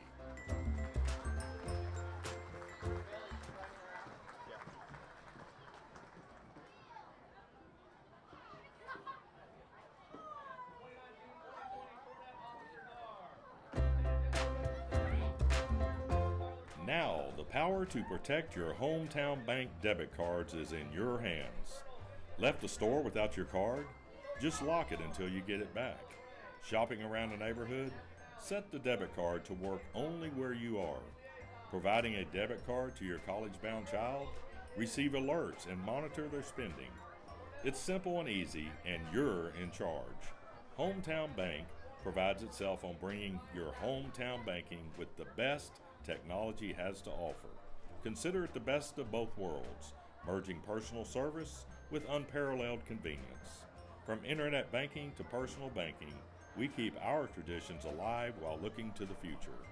Have you heard about Pop Money? It's the easy way to pay family, friends, and more. And you can do it right from your smartphone. You can transfer phones from your account to another just by using their email address or mobile number. Fees apply. For more information, go to htbna.bank and sign up today. You can also find us on Facebook and Twitter. Member FDIC. And welcome back to MCS Sports Halftime Show, where your score is right now Friendswood well in control of this ball game, up 34-0 over Galveston Ball. We're going to gather some stats at halftime. We already got one real quick. It was one we were looking for. Starting field position for the Friendswood Mustangs tonight has been the Galveston Ball 30-yard line. Galveston Ball starting field position, their own 21. Very rarely in the ball game do you see this almost the same starting field position for both teams. So that's just indicative of where we are. But right now we're going to take a quick break from football. It's October, and when it comes to October, I know the first thing is we're getting ready for basketball season. Right now we're joined by the head coach of the Friendswood Lady Mustangs basketball team, Coach Darren Scott, who, by the way, is coming off a Tri-District Championship. Is that the correct term? That is correct, yes. Tri-Championship from last season in a brand new district last year. But first of all, Coach, congratulations on last year.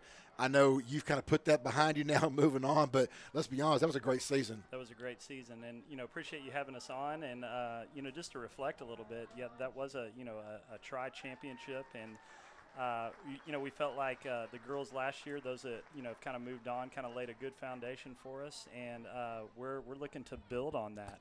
And we have several girls coming back, but we feel like we have a pretty good product to contend again, and maybe kind of make that not a tri-championship, but a sole championship. Absolutely. And I tell you what, one of the things that I remember from last year, besides that, is your underclass group last year was the JV was, correct me if I'm wrong, undefeated, correct? They were absolutely undefeated. I think we arrived at, they were 30-0 last year, and plenty of good young talent on that, and coupled with, we're returning 4 out of 5 starters from last year's season, and now we're coming behind that with a group, that was 30-0. So we're looking for good things ahead for the Lady Mustangs. Well, obviously, too, I mean, I'm sure Coach Thomas got a raise after last season, right? Is that how that works? Well, that's right. Okay. He hadn't quite found his check yet, but it's coming, Teddy. Probably in the mail, absolutely. Well, Coach, let's talk about some of the players that you do have coming back. Again, like I said, it was a good group last year, but you were led by a lot of strong underclassmen. So let's talk about a few of those girls right now. Well, correct. So, one of the couple of the girls that are coming off the JV would be Raquel Hutchinson and Noelle Chittister, just kind of really dynamic players. You can really shuffle them around the court, and they're not only just going to be support role, but I think are going to play, significant parts to our success this year. And then as you move on to our junior class, we have, the 2 Ashlands, and Ashlyn Mason and Ashlyn Ryall, who are returning starters for us. And those 2 kids, they made a dent last year, and we can't wait, for what they're going to do this year. You couple that with a backup point guard and Parker Burris and a couple others, and that young core is going to be around for a while, and we're excited about it.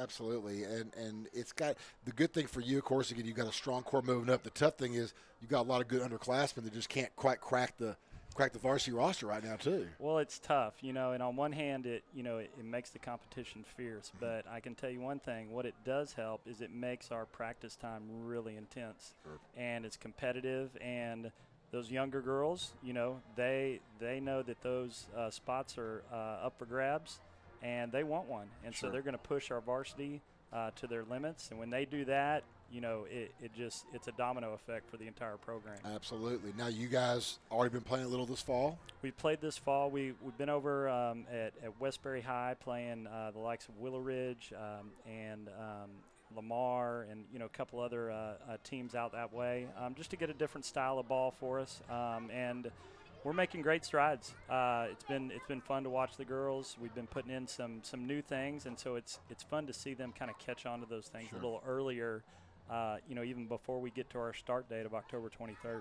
Yeah, which will be here before you know it. That's correct.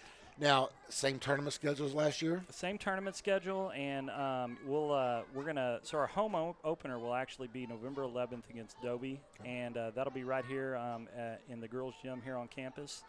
And then from there we immediately go to San Antonio, and that's a tournament that we've enjoyed going to the last couple years. Good competition, some very good teams out that way from Northside ISD. And we really like going there. And then a week later, we'll be in a tournament out in Fort Bend. So okay. It just provides a lot of variation of competition, but a lot of really significant competition for us early on. Well, I think, too, just from my vantage point as a parent, but also a former coach, those tournaments the bond they create with those players early in the season is Isn't it great? You could see it last year from our standpoint as those girls grew together. It seems to help on the court. It really does. And that anytime in life you have a common experience, it's a bond. And when you travel together, when you're going out to eat, when you got to kill some time between games, and you go to a movie together or something like that, those are the things that they remember. And absolutely, you're 100% right. That translates to on the court. So how does the district shape up? I mean, obviously last year you're the strength. I mean, you come out with a tri-championship, and there were some super strong teams at that top. Obviously Goose Creek Memorial and then Ball. Crosby, I thought maybe a little bit down from where they've been, but they're always a contender. So how's it looking this year? So Ball will return. Galveston Ball will return their two best players. So they're going to be right in the thick of it. Goose Creek, they did graduate a couple of seniors that played significant roles for them, but they're going to be in the thick of it. And we don't ever want to discount the pedigree that comes from Crosby. They're a couple years removed from a state semifinal, and I know Coach Trotter will have them competing really well when it comes down to district. Sure. Well, Coach, I don't know about you, but I mean, is there a different feeling for you in October than September? I mean, it's just one day closer. Christmas is almost here for you. Pretty much. And there was even this week, there's a big difference in Monday, September 30th, and Tuesday, October 1st. You can almost kind of feel the winds of change coming. And I told the girls, October 23rd is right around the corner, right. And here we come. And so I also want to mention a couple of others. We have 3 returning seniors, Bella McElwain, Sammy Page, and Nicole Nash. Nicole's been with us for 4 years. But piggybacking on that young talent you were talking about earlier, and those 3, right. It's just it's a good working formula for us right now, and we're excited to kind of see how all those pieces kind of gel together. Sure. Before we start that district play December 17th. Now I would be remiss if I didn't ask you, how happy are you with the junior high program? So, well. Here's what we say about our junior high program is, Josh Fritz and Lee McGee, they buy into what we do, and when I get those girls day one of their freshman year, they're ready. Sure. They know our language, they know our verbiage. We don't have to reteach things. We're building on that foundation right. that they've already laid out, and it's fun to. It's fun to look down there and see the success they have, sure. and then for them to further build on it, and then for the varsity to tuck away a district title. That's what we're building for, and that's the groundwork that they lay for us. And something that I've always seen too that I've loved from what you guys have done is year in and year out, you have those nights at the ball game where you've got the junior high nights or this or that. I mean, just the passion. You can just see these girls looking up to these juniors and seniors. And just can't wait. I mean, you almost see them. They're ready to spill on the court right there. It's fun. They're cheering. They're loud. We love bringing them over. It gets them excited about sure. our program. It also the other thing that those coaches do a great job of is probably been about 9 years now. We had 30 girls at camp, and last year we had over 120. And it's those kind of things where. It's not me. It's not my assistants. It's the total body of work of our program that makes it successful. And those, that little kindergartner that comes in all the way to the senior that's graduating and may have gotten a first or second team all district. That's what we're about. Absolutely. Well, Coach, obviously good luck to you guys this season. Looking forward to taking that try away and just having just a championship for you guys. I appreciate it. Thanks for having me on. You bet. Again, that's Darren Scott of the Friendswood Mustangs Lady Mustangs basketball team. Their season will get kicked off here in just a few weeks. Look forward to seeing that. We'll take a quick break, come right back with an interview with Coach Coopin and some other of our pregame guests. 15 minutes left in halftime. Friendswood up 34-0. Do you own a small business? Hometown Bank wants to help your business grow. Hometown Bank believes that small businesses are the backbone of our community and they're critical to the economy. Hometown Bank has money to lend for commercial real estate, expansion projects, equipment, and more. Hometown Bank makes local decisions to support the local business economy and has a sincere interest in your success. Ask about commercial loans and discover a financial partner for life. Hometown Bank takes great pride in providing the stress-free banking experience you deserve. Call or stop by and meet one of the experienced loan officers or account representatives, and you'll see how easy it is to choose the right bank. Great rates, local people, personal service, easy decision. Member FDIC, Equal Housing Lender, htbna.bank.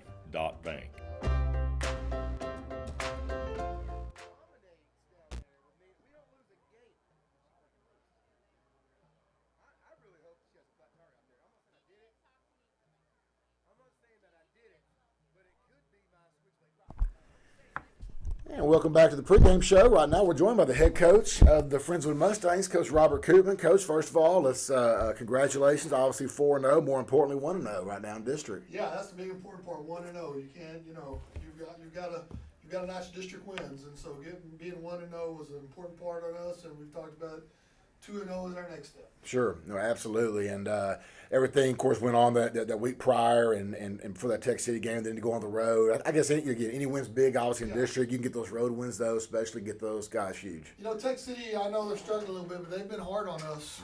And especially down there, they've been hard on us. So going to Texas City and get a win, getting 1-0, and like I said, district wins in this district are cherished. Someone might go undefeated, but I doubt they do. Right. So you got to notch them when you can. No, absolutely.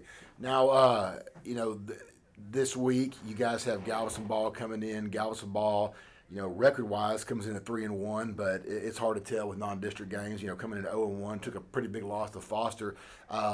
What do they do? Is anything concerns you for Galveston Ball as far as what defensively, their front seven is good. Okay. They had Foster 0-0 at the end of one. Halftime it was close. Just couldn't muster enough offense. But man, they defense. They got some good-looking people on that side of the ball, and they play well. Offensively, they're trying to struggle. It looks like to get their identity. Okay. So, but they're handling their front seven is going to be a challenge for us. Okay. Well, and that's one thing too I want to ask you about is obviously Luke Gurdon's off to the start you expecting to have, still about 70%, I think, somewhere in there. Yeah. Pass completion, but the run game, you've kind of got a two-headed, sometimes three-headed monster. But is that where you want it to be right now? No, or we certainly weren't excited how we ran the ball against Texas City. Now, they had people in the box. Yeah. But we've got to be better. That falls on everyone. That doesn't fall on the offensive line. That falls on the offensive line, running backs, and receivers for blocking. So that's something we talked about this week, is that we really want to get more consistent running the ball. Right. I would think that would, again, with Gurdon's completion percentage, would think there would be some opportunities in that running game. Yeah, the good news is like a lot of that stuff we're throwing is our run game. Mm-hmm. It's out right. in the flats, and right. we're doing some things, but so we're not going to go try and block six with our five. So we're going to throw the ball in that situation, and so we were seeing a lot of that. So. But we did. We were frustrated with how we ran, especially in the second half when we kind of wanted to run the ball a little bit, get the clock running the other day, and I thought we struggled running the ball, and so that was an emphasis for us this week. So, and of course, something y'all have emphasized all year, but I mean, it just goes without saying the defense just continues to impress. Did. There was no point in that game the other day that I felt like our defense was going to falter. Right. That their running back was good enough to break one, and I thought, man, they might break one and go. But I just never thought they were going to put a 6 or 7 play drive together. Right. And they didn't, except late in the game, which we helped them with 2 15-yard penalties. But, our defense is playing real consistent. We're going to need that as we move forward. Tell you one of my favorite parts is seeing those defensive guys getting in there on short yardage. I know that's got to just be it's just a lot of fun. Well, of course, it's a great benefit to have for you, but I know that keeps the spirits up too in those guys. It does, and they're physical. We got some dudes that are kind of physical and they play with great leverage. Yes. And they might not be 300-pound kids, but man, they're leveraging kids out. They're doing things. And our linebacker core, they're pretty good. Well, pretty good indeed. Was Dane Roney upset that Trey Mack gets a score instead of him? Was that? So we're trying to spread the wealth there. I know. I don't know if Roney went down the scoring this week because he was up there for a while and definitely unexpected. Health of the team before this game, everybody kind of a little bit better. We get Joe Leeper back, who was our starting offensive lineman, so that's going to help. And so we're kind of slowly getting them back. I think Christian's edging closer to getting back, so we're kind of getting closer to who we thought we were going to be. Right. Of course, as you was talking about Christian Lee right there, I know that's been a question for a lot of fans since the start of the season, you know, and I think a lot of people probably were hoping that he would be ready, maybe even not this week, but in those next 3 weeks. Is there some, you know? And there's a chance. We really want him this week to start getting him, building some snaps, because it's hard to get him out there and play a bunch of snaps on 1 week's notice. Sure. So he's practicing a little bit. He's practicing full speed, just not with full contact. So I think within the next few weeks we'll have him. Well, Coach, we appreciate it as always. Of course, absolutely good luck tonight, and look forward to seeing you guys 5-0 after this one. Thank you. You bet. Again, that's Coach Robert Cooper, your Friendswood Mustangs. We'll be right back here on the Hometown Bank of Friendswood pregame show.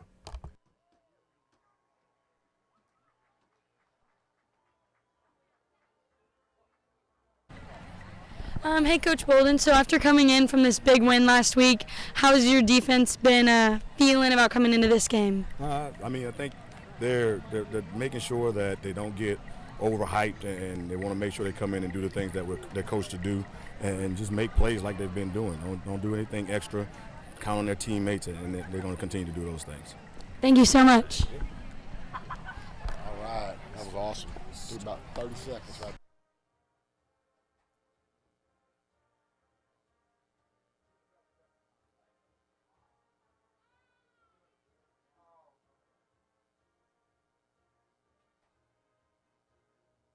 We get to say both. Hey guys, I'm here with Savannah and Morgan. They're both cheerleaders for Friendswood.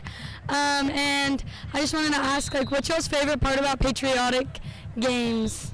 My favorite part is definitely cheering with my dad. It's so fun and very interactive. Yes, definitely, because my dad doesn't really know what's going on, and it's really fun to watch and try to figure it out. So yeah. Oh, thank y'all so much.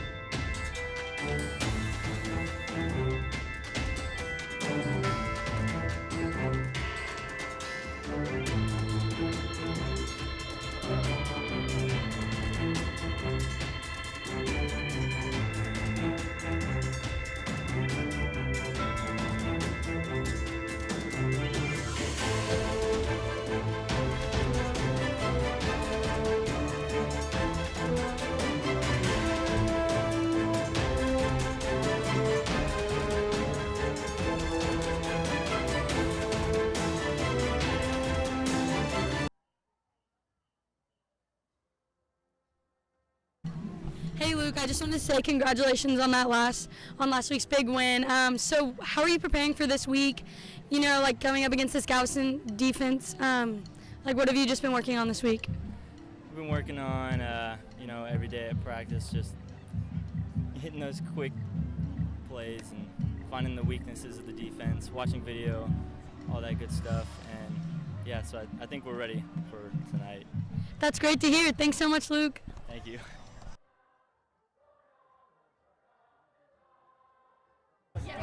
Hi, I'm here with Ryan Helton's biggest fan, Miss Helton. The boys came off of a big win last week. How has it been just seeing your son excel so much this year? Oh, wow. It's been fantastic.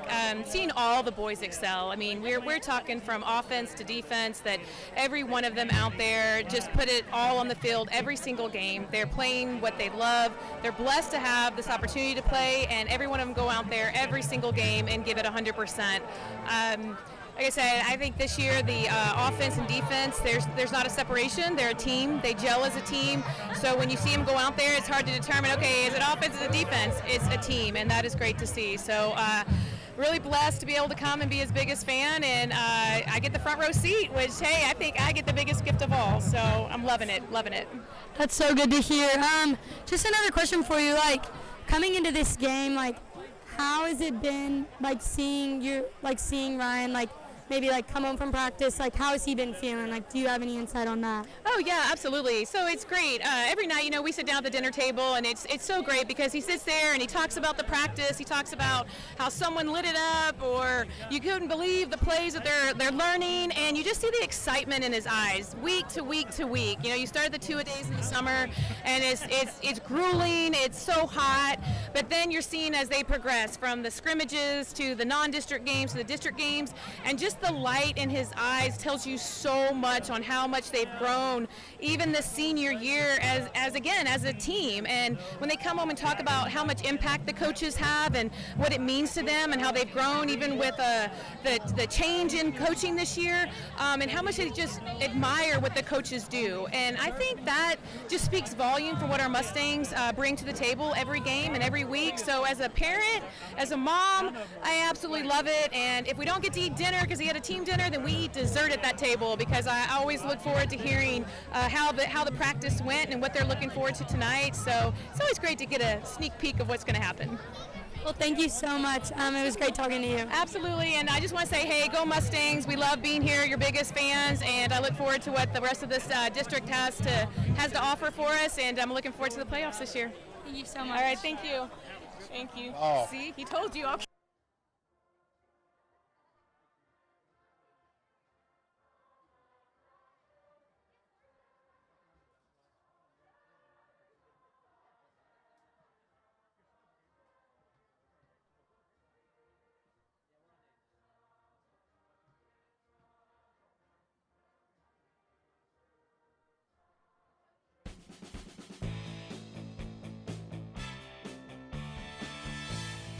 Did you know that FISD offers after-school and evening programs for children, students, and adults?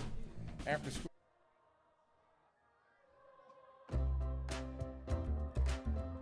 With 7 locations to serve you, including 2 in Friendswood at FM 528 and Bayer Boulevard and on South Friendswood Drive, Hometown Bank is your community bank with hometown pride. They are locally owned and operated, which means customers come first, and they work hard to make Friendswood a great place to live by sponsoring local events and charities that further serve the community we share. Their personable staff will make you feel at home right from the start. Do you like your bank? You should. Maybe it's time to learn the community bank difference. Visit Hometown Bank on the web at htbna.bank. Member FDIC.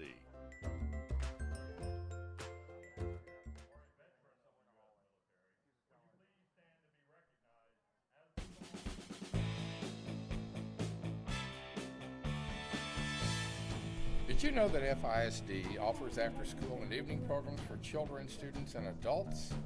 After-school classes are available at all elementary and intermediate campuses. Classes like soccer, puppet making, Little Vet School, Cooking for Kids, Spanish, Family and Me Dance Party, Marathon and 5K running programs, and many more are available. We have classes for kids as young as 3 years old. Sign up now by visiting the Community Ed website.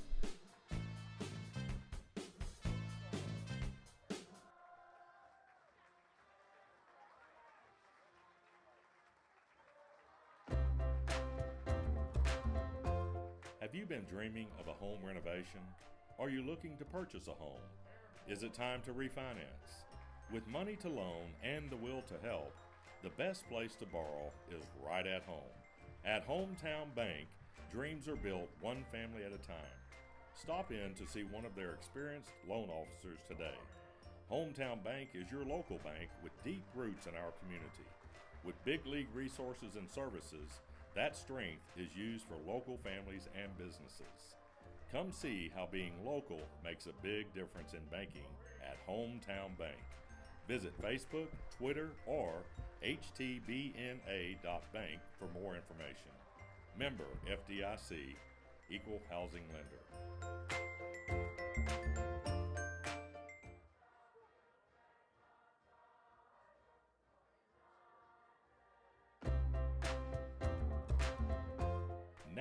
power to protect your hometown bank debit cards is in your hands. Left the store without your card?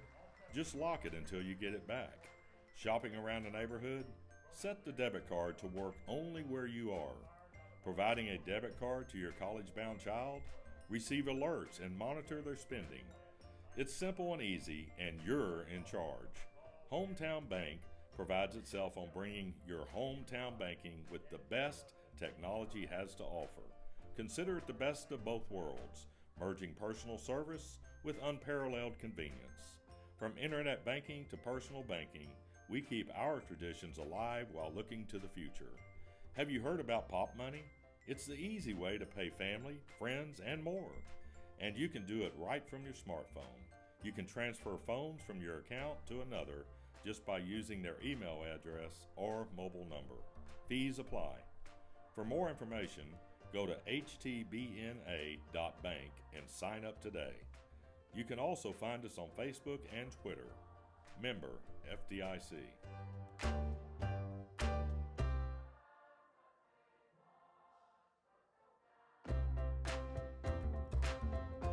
Do you own a small business? Hometown Bank wants to help your business grow. Hometown Bank believes that small businesses are the backbone of our community and they're critical to the economy. Hometown Bank has money to lend for commercial real estate, expansion projects, equipment, and more. Hometown Bank makes local decisions to support the local business economy and has a sincere interest in your success. Ask about commercial loans and discover a financial partner for life. Hometown Bank takes great pride in providing the stress-free banking experience you deserve.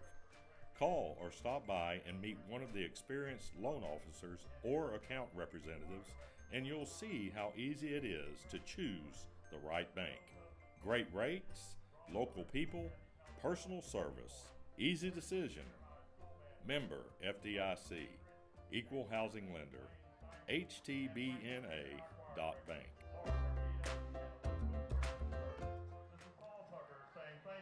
And welcome back to Henry Winston Stadium, where our halftime score is Friendswood 34, the Galveston Ball Tornadoes 0. And we're going to run through a few stats right now, though you can imagine probably what they're going to be by that score. But I'm going to let Coach Fritz, Josh, you got a few. I know you got some positive ones for the Mustangs. Yes, sir, I do. We've had a good fourth down. We were, of course, 1 for 1 on that. We've had 9 first downs in that first half.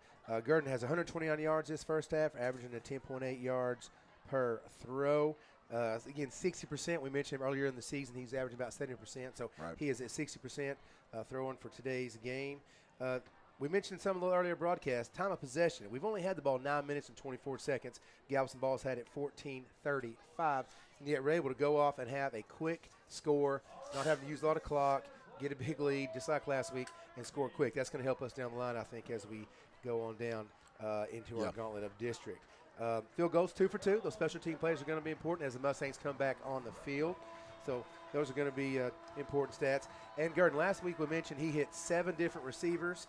This week at halftime, he's already hit 7 different receivers. Yeah, that's something. That's a way to spread the ball around so those guys will all stay happy, keep them all going. Highlighted by Dawson Johnson's 4 receptions, 5 targets, and 2 touchdowns. You know, and one thing that, you talk about special teams, but I got to go back.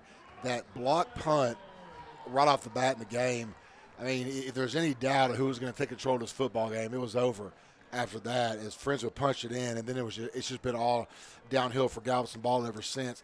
I mentioned this at the start of the half. I'm going to say it again. The starting field position, let's just reiterate that one more time.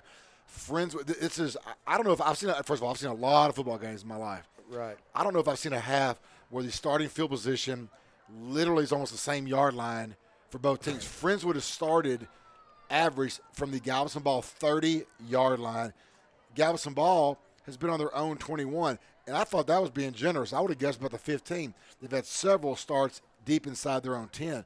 So that a lot of things tell the story of this ball game.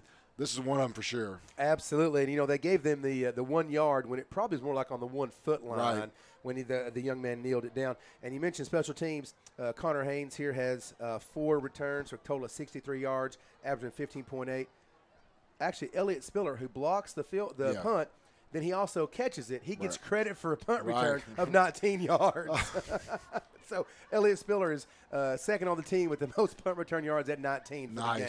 Absolutely. So he does get credit for that as well. Well, for Friendswood now, because you're up 34-0. Obviously, you got a second half to play. But at the end of the day, you just come out and do what you're doing in the first half. Should be able to get some guys some rest. Because, again, as we talked about before, next week, big game. Friendswood's biggest game of the season up to this point at Richmond Foster, who right now is in control in their ball game versus Rosenberg Terry. Let me update that score real quick, and I do. It is 42-7, 9 minutes left in the third quarter.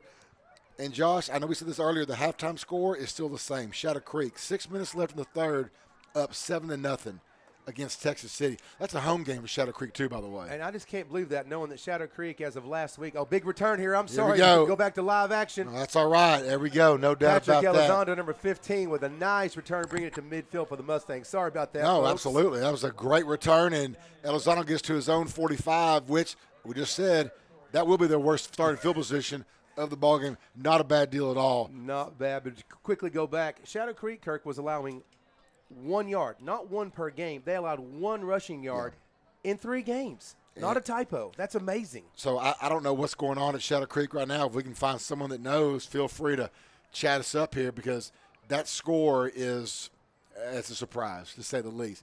Friendswood starts this drive on their own 41-yard line. Doubles formation. Right side, sling receiver to the left, handoff, around the right side. Palis trying to find some run room. Got outside, 45, makes a nice little cut, gets about 2 more yards, gets about the 47-yard line, goes Noah Palis to start this second half off. Friendswood moving right to left on your computer screen.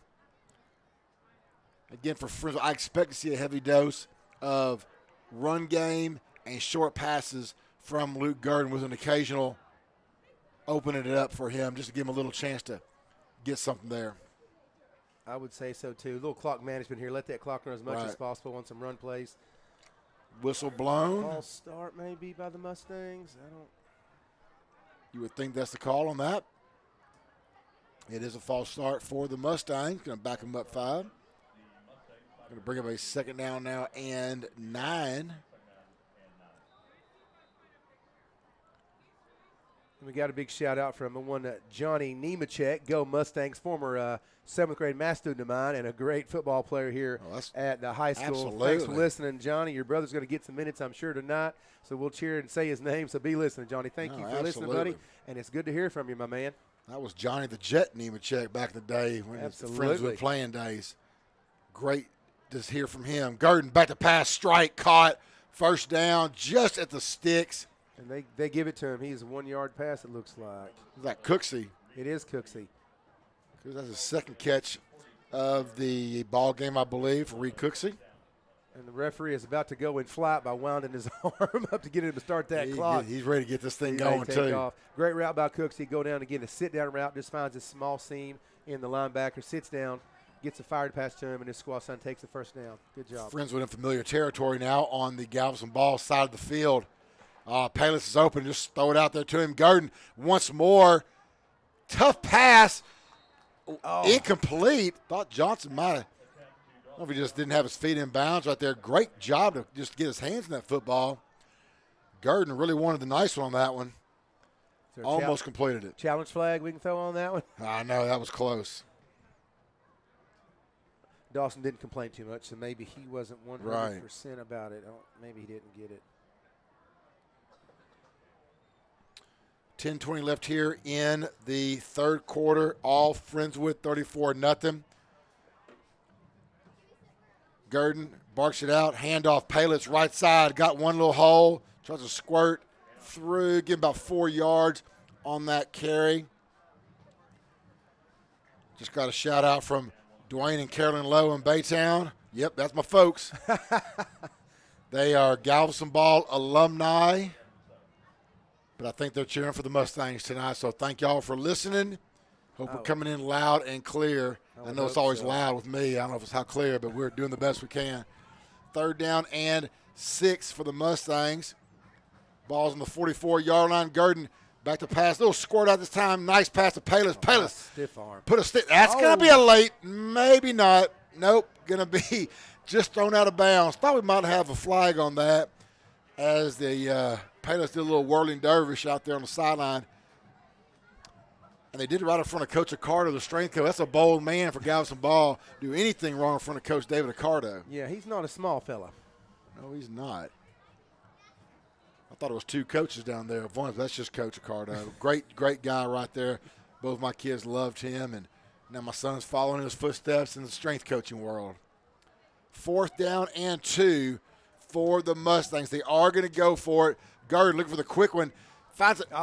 Just Johnson just stopped. I think, Johnson's settling in. That's incomplete.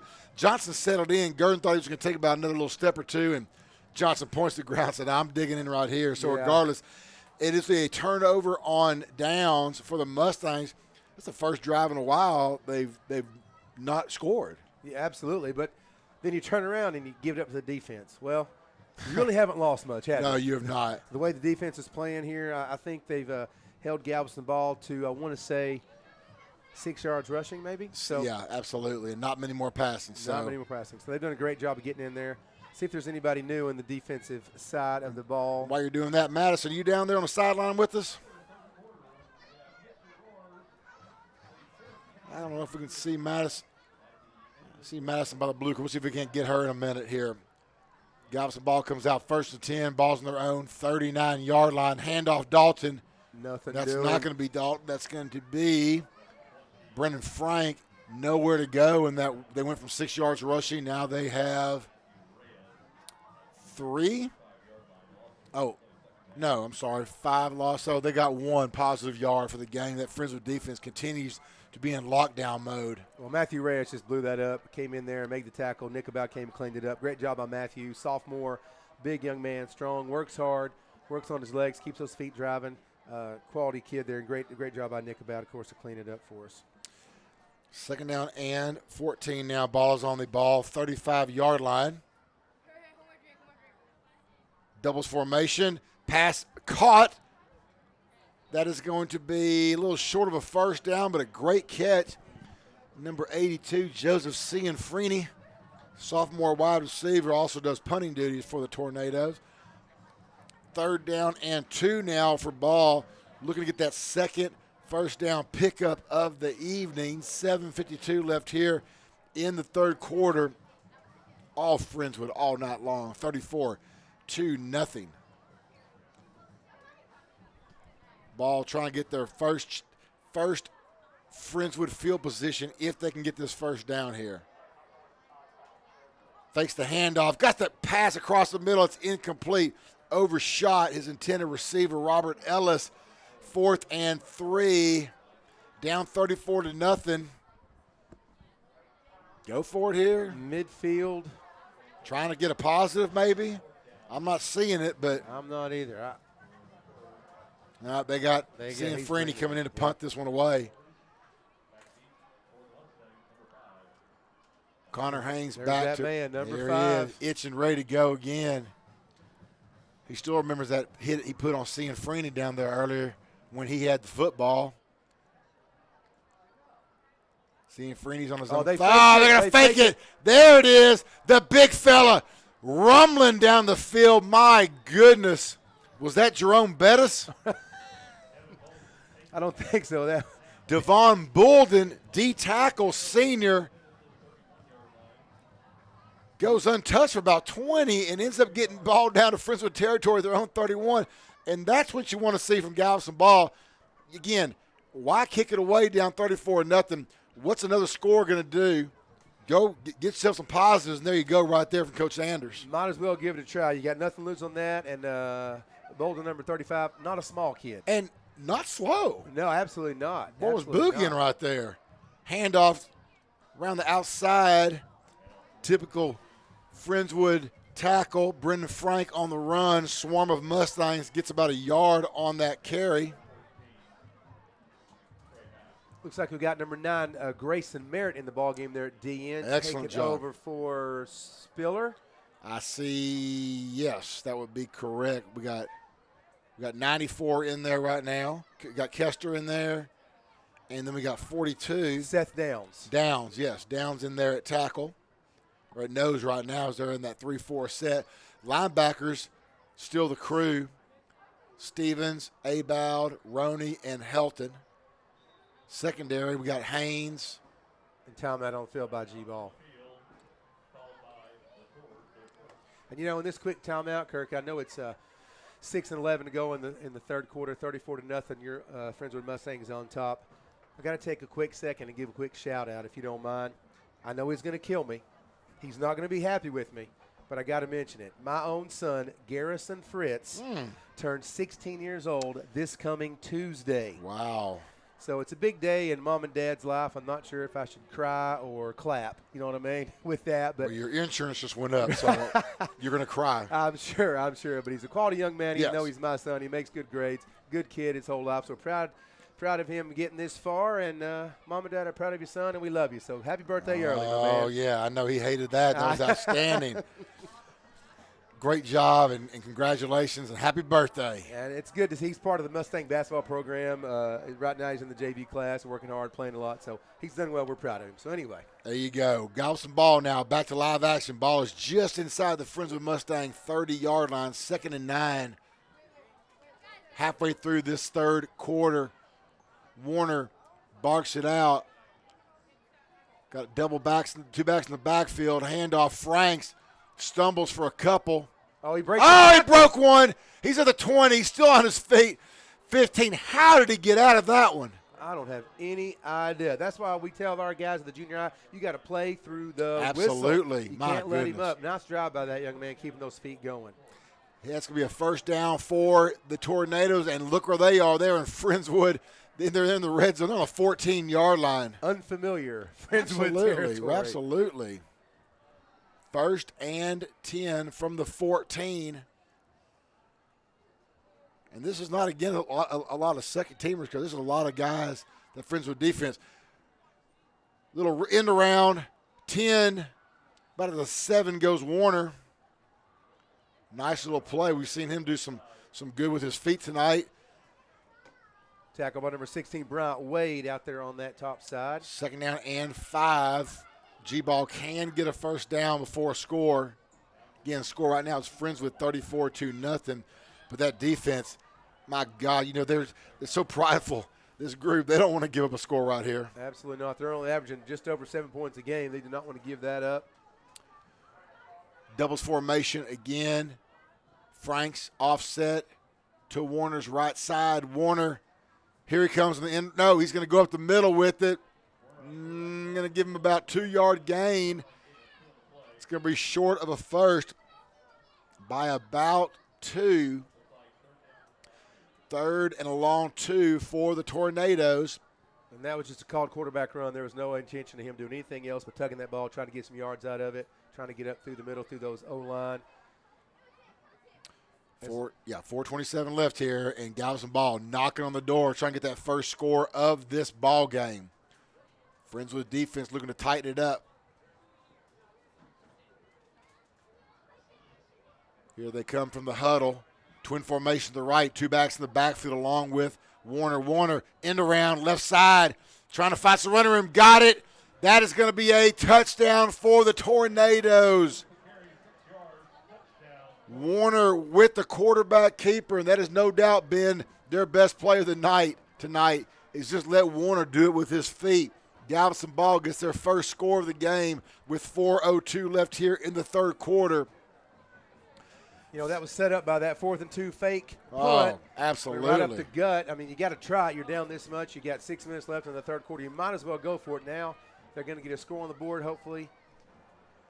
Friendswood will bounce back. I'm sorry, Kirk. No, they do. Extra point here coming. Snap is back. A little low snap. Almost blocked. Looked like Haynes. It's not blocked. It is good. So the score right now is 34-7. Friendswood Madison.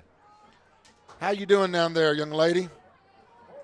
I'm doing great. I actually, before this play right here, I was jamming out with the band and the cheerleaders, doing our little third quarter kind of jam sesh But yeah. So Madison, I'm going to tell you, I'll be honest, we were looking for you earlier, and I saw you down there jumping around, having a great time, it looked like. And I'm glad you're having fun. We're having fun up here too, though. Yes, sir. I'm having a bunch of fun. I was trying to get some of them to be interviewed, and then the music kind of started, so I got lost in that. That's okay. We get it. Did you get a chance to see the halftime show? I did, and it was great. I loved it. Absolutely, yeah. The Patriotic halftime show, no doubt, one of the best ones for sure. So, well, we'll see if Friendswood can't get this thing going back in some momentum, because right now Galveston Ball has a little bit, 34-7. But again, Friendswood well in control. For Galveston Ball, though, that does give them a little bit of momentum and a little bit of confidence after that fake punt. I mean, that's why you do those things. That's right. You're just trying to get something to mentally get the guys back in and not feel totally defeated. Hopefully Friendswood can respond right here after this kickoff back to Palich, who's going to take it, let it bounce in the end zone for the touchback. Well, we got a quick downtime here. I will update you. Shadow Creek now in control 20-0 over Texas City. Just started the fourth, and Foster all over Terry, 49-7.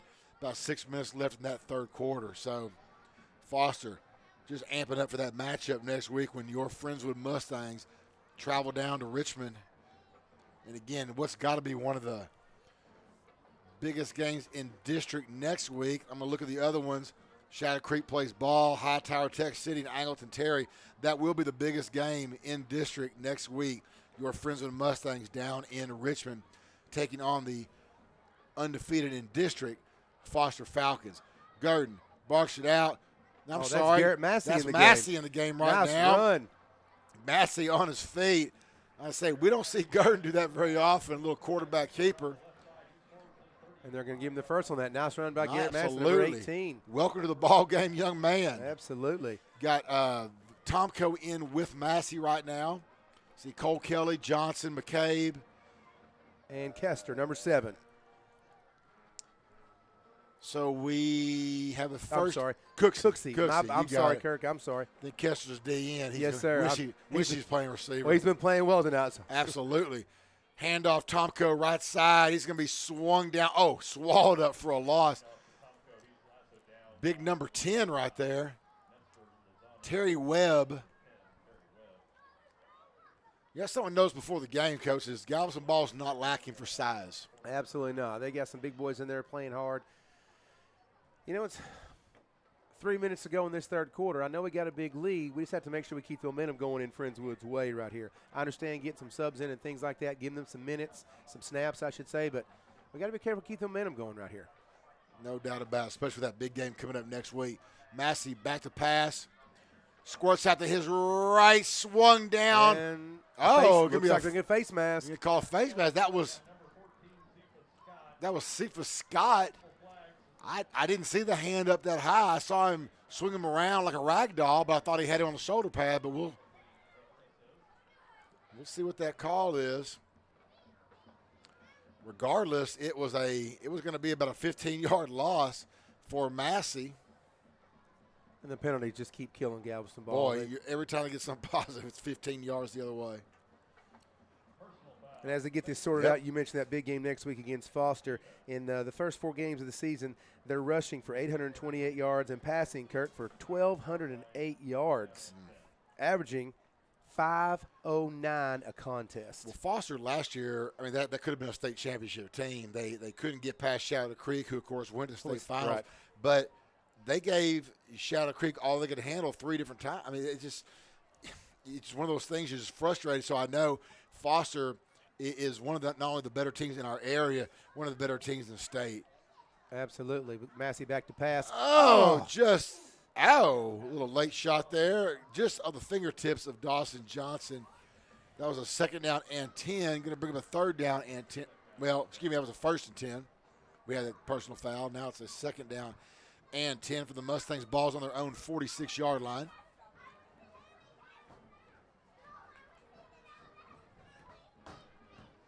.220 left here in the third.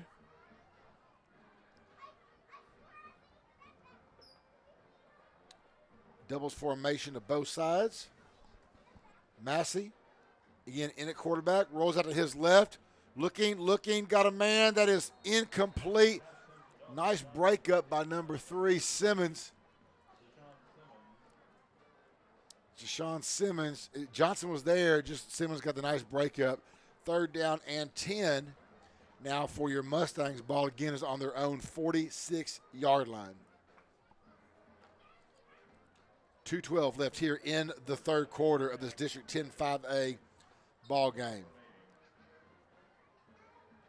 In case you didn't know, shout out to the Astros. Good win today. Doubles formation to both sides. Massey back to pass. Screen, yep. Screen out there to Tomko. Tomko's going to try to get that first. Can't quite get there, about 3 yards short. Give him 7 on that reception. But smart of him to stay in bounds, let that clock keep running. Sure. Be Gurdon's first punt of the game, I believe. It is. Yes, it is. He's done a nice job of punting this year. I know we've got a stat somewhere on there, but I think at one point he was leading the district. He actually is averaging 36.23 yards and 471 total yards punting. So when you have somebody back there who can do both, it's just another weapon. Ball is on the the ball 47-yard line, and we got Gurdon. That's a nice bounce right there. Wow, look at that thing just hugged the sideline. That is going to be down to the Galveston Ball 15-yard line. So right about a little over 30 yards on that. Nice job. Came off the foot a little awkwardly, but took a great bounce and just hugged that sideline for a little bit. And it's going to be interesting next week again to talk about the forthcoming game against Foster. The Mustang defense going against the Foster. They have leading rusher, they have the leading passer, and the leading receiver in the district. All 3 categories, they are number 1, and they're 2nd in punting behind our very own, as we mentioned, Luke Gurdon. Again, so you've got that offense going against this defense. That's going to be a great matchup. It is going to be a great matchup next week. For sure. Handoff up the middle is going to be brought. You get about 2-yard gain on that. See who that running back is right now in for Galveston Ball. It is going to be Dylan Parrish again. Again, you know, you get to that linebacking crew about 2 or 3 yards deep, Coach Fritz, and that's really pretty much all most teams have gotten all season long. Absolutely. If they do get second level. If they get there. If they get to second level with our D-line doing such a great job. Our linebackers do not miss many tackles. You know, they don't arm tackle. They wrap up. They know that somebody's coming to help. If they don't get the guy down one-on-one, they got 3 other guys coming, and the runner better look out because he might get smoked. Yeah, this is not one of those teams where your secondary leads in tackles. You hate to see that. This is not one of those teams at all. Trips formation, left side. Warner back to pass, had a man dropped. It's going to bring up now a 3rd down and 8 for the Tornadoes. You know, you got to give the play calling of Galveston Ball and the kids on the field some credit. They're not just packing it in saying ball game. They're trying. They're running the ball. They're passing the ball. They're trying to get some things going here. They're not just kind of waving the white flag, so to speak. So give those guys over there lots of credit. The coaches over here working hard, trying to get some positivity out of this team and let these guys play a little football. So they're not just going to give up. They're going to keep pounding. So Friendswood has to be in the same mentality. So you got to see what happens here in the 4th quarter as we wind down the 3rd. 3rd and 8, doubles formation of both sides for the Tornadoes. Helton showing a little blitz. He's going to come. He's hit. Running his Warner right side. Nowhere to go, but he might just have enough for the first.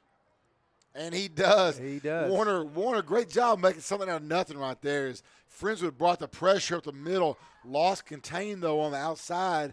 Warner found a room and just got enough of that first down. It will be a 1st and 10, and that will be the last play of the 3rd quarter. We have 12 minutes left here at Henry Winston Stadium. It is Friendswood 34 and Galveston Ball 7. Let's take it down to Madison here in this break. Madison, are the students still involved in this game, or have they kind of packed it in for the night? They still seem pretty involved. I've been hearing some singing from the student section, and this blue crew looks pretty pumped over here. And, yeah, I have not seen a single student leave. That's what I like to see right there. So the blue crew, Madison, do you know anybody in the blue crew? Is there anybody who would love to just talk to us for a second? I do. Here, let me go grab one right now. Wonderful. Hey, Sarah, Hey, this is my friend Sarah. She's on the Blue Crew. How have you been pumping up the crowd tonight?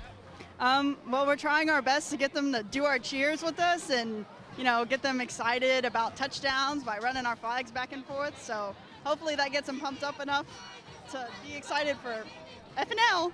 Awesome. Thank you so much, Sarah.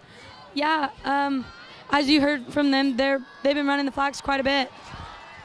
That's great. Well, that's funny. Master, tell you what, if you didn't see it right down the screen, we just saw Mr. Rohr directing the band right there in one of his challenges. Are you aware of those challenges, what's been going on this year? Yes. In fact, I have some friends that are actually working on that. So, and I just saw one of them, but I actually don't see him anymore. Well, that's okay. It's fun. Mr. Rohr, what a great leader for this district to do what he does in those challenges. They've been a lot of fun to watch, and I don't know if I want to see him in a band director's uniform again, though. But yeah, nice hat, nice hat. Absolutely, Mass. We'll come back to you in a little bit. Thank you so much. Of course. Second down and 10 now for the Tornadoes. Ball's on their own 25-yard line. Handoff to the left side. Nowhere to go that time for Brennan Frank. And it is going to be a 1-yard loss for Frank. Ball is going to be brought back now to the Galveston Ball 24. Some fans decide they've seen enough right now. Friendswood up 34-7. They probably just want to go listen to us on MCS Sports. Can't blame you. You can listen to us and watch the game, but to each their own. Coach Fritz, to each their own. Absolutely. And great closing speed right there by Jackson Stevens, number 35. Great job by him to closing that gap real fast.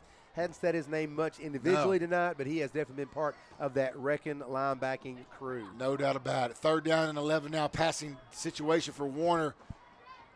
He is going to roll, flush out to his right, trying to find some running room at the middle. Is going to be hit first by Jackson Stevens. There you go. You call his name. He wants some more. Absolutely. He ran right into Jackson Stevens, and you are not going to get out of the grips of that dude. He's got them big old oven mitts for hands. Yes, he grabs a hold of you. And he's going to prom with you on that one. He's not letting you go. No, I agree. He just looks like a linebacker. That's the epitome of what a linebacker is right there. Absolutely, yes.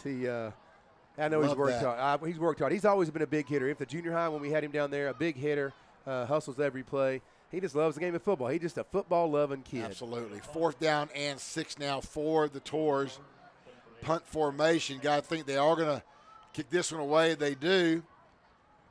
It's going to be it's going to be just a little too much help down for Haynes to get any kind of return. That ball's just going to roll. Came off the foot like one of Haynes' specialties right there. A little short, but hung long enough to get that coverage team down there, and Haynes didn't have a chance. So 10-12 left here in the ball game. Friendswood on top 34-7. They'll start this drive from their own 27-yard line, moving left to right on your computer screen. Garrett Massey again in at quarterback. Looks like Veach is coming in at tailback right now. Yeah, Friendswood Mustangs to get him a nice sustained drive or eat up some more clock. Obviously, they have the game well in hand. But this would be a great confidence builder for some of the guys that don't get so many snaps to get a little long, sustained drive. Drive this ball down here, 60 yards for a touchdown. That'd be great. Veach, handoff, runs around started the middle, then popped it to the left side. Nice little run by Jarrett. Gets about 4 yards, maybe 5 on that carry for Veach. Well, I'd like to see him come in and get a score right here. When he runs hard, he's hard working. We mentioned the furlist of the year. He didn't play last year, decided to come back and play this year, and he's worked his way into getting some extra snaps. Absolutely. We're happy for him. Good job there, young man. What a nice weapon to have as a third back. Right, exactly. Right there. Second down and 5 now for the Stangs. Twin formation to the right. Massey on the keeper. Oh, nice blocking downfield.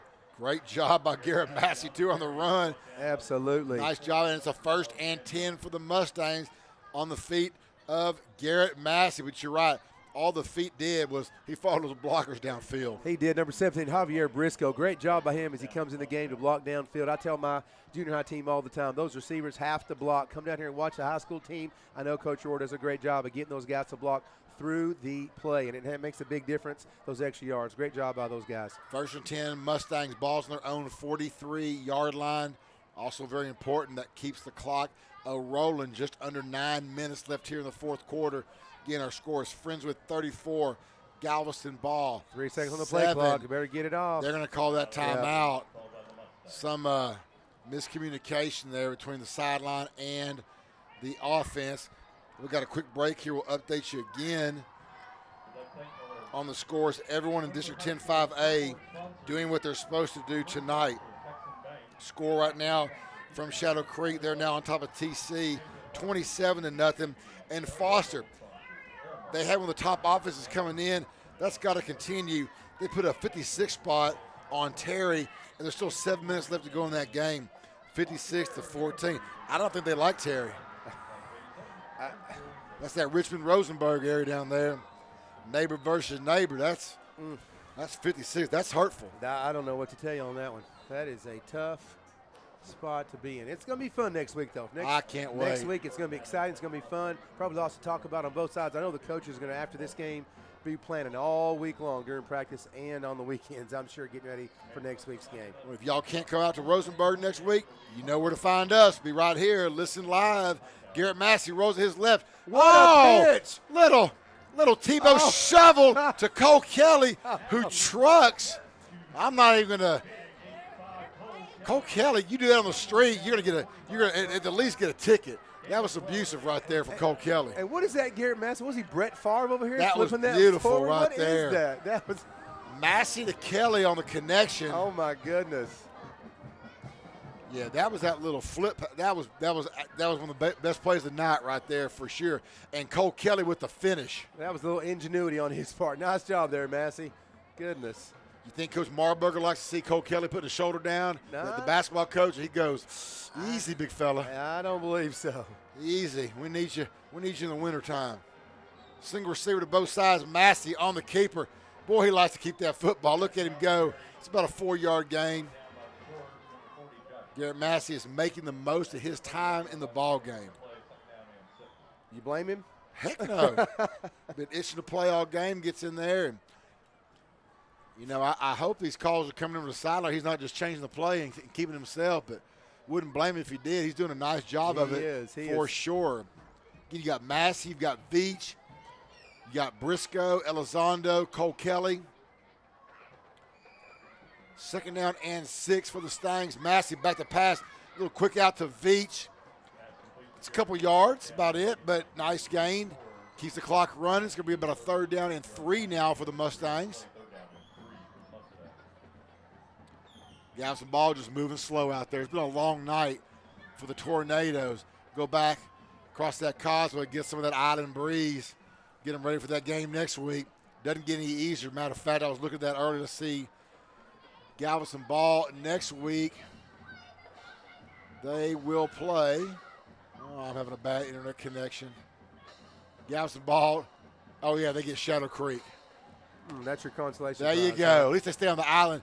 Pass back to Veach. Caught. And Veach he's got squirts it. for the 1st down. Go. Nice job, Jared Veach. This is the drive, Coach. Exactly the drive Friendswood wanted right here. A sustained drive. Move it forward. Try to maybe come up with a late score here and put this thing to bed. Absolutely. And I'm not saying I called it, but I called it. Yeah, you're saying you called it.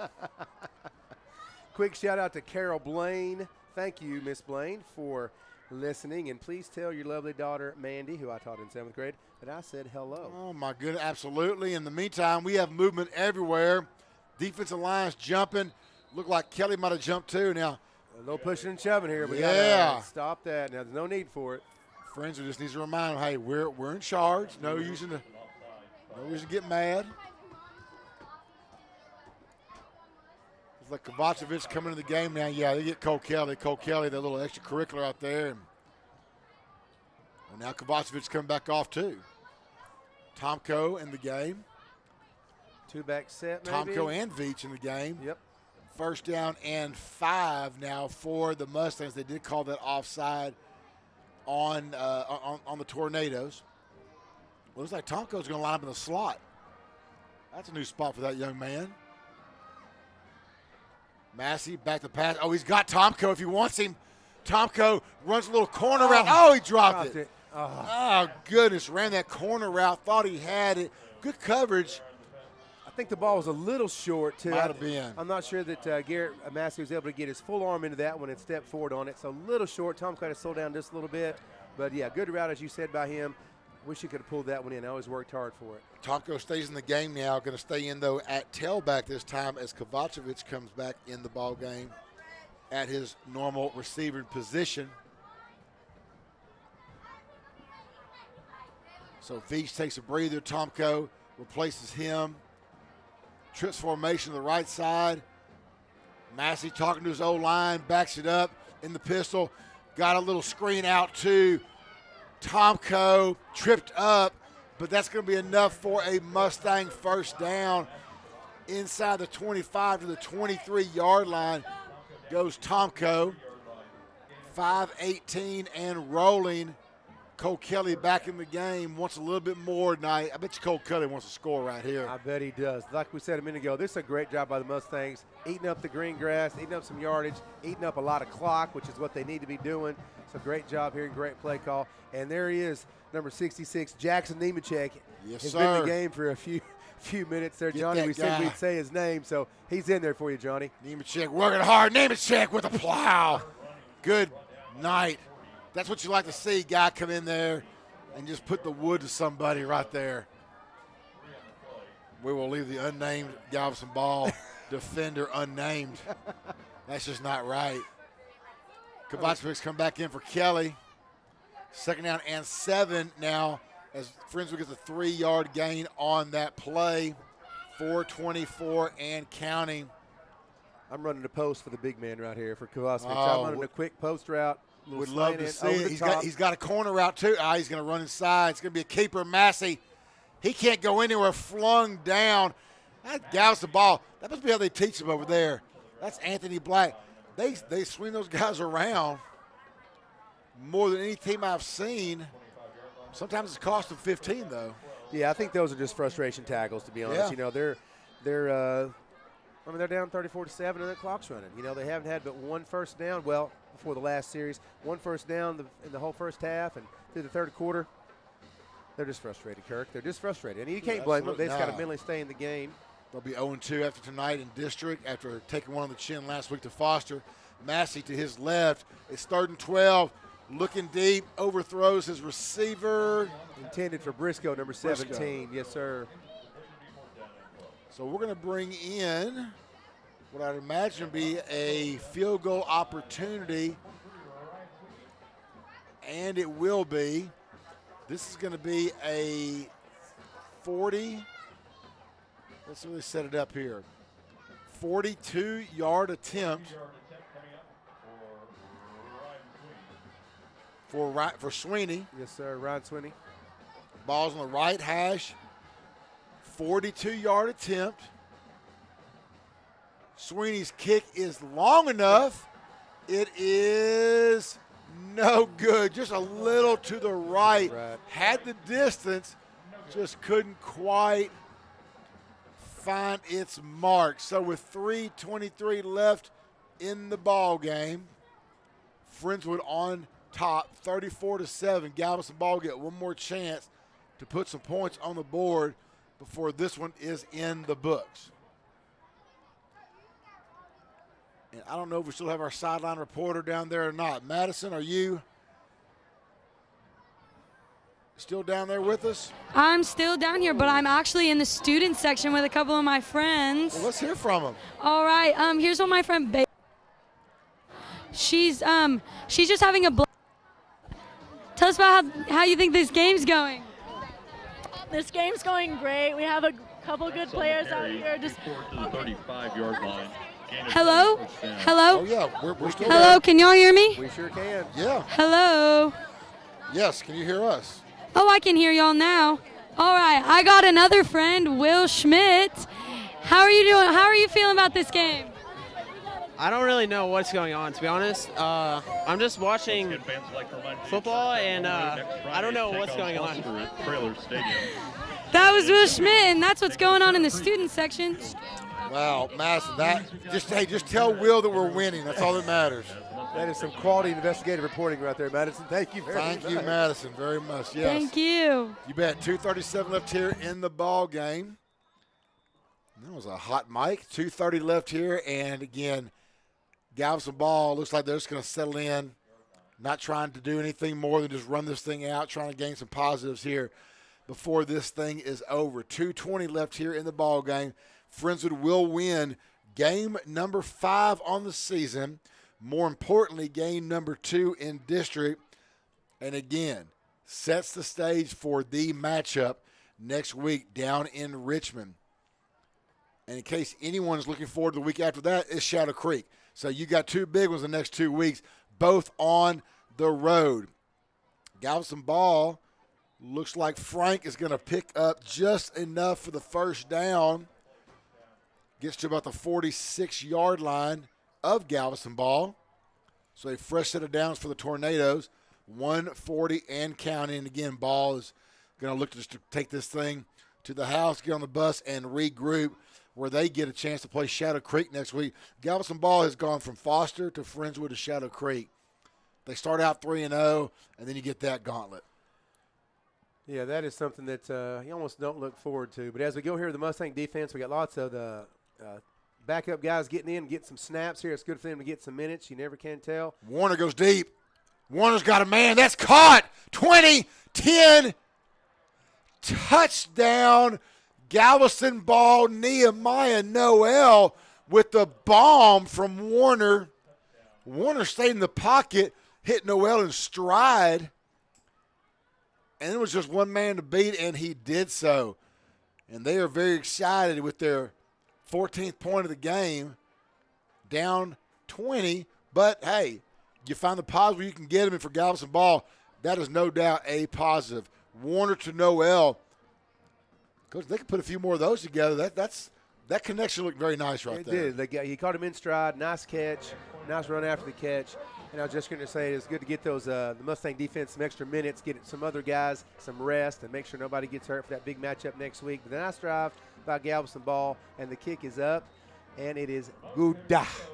34-14, 103 left. Madison, you still with us down there? Madison.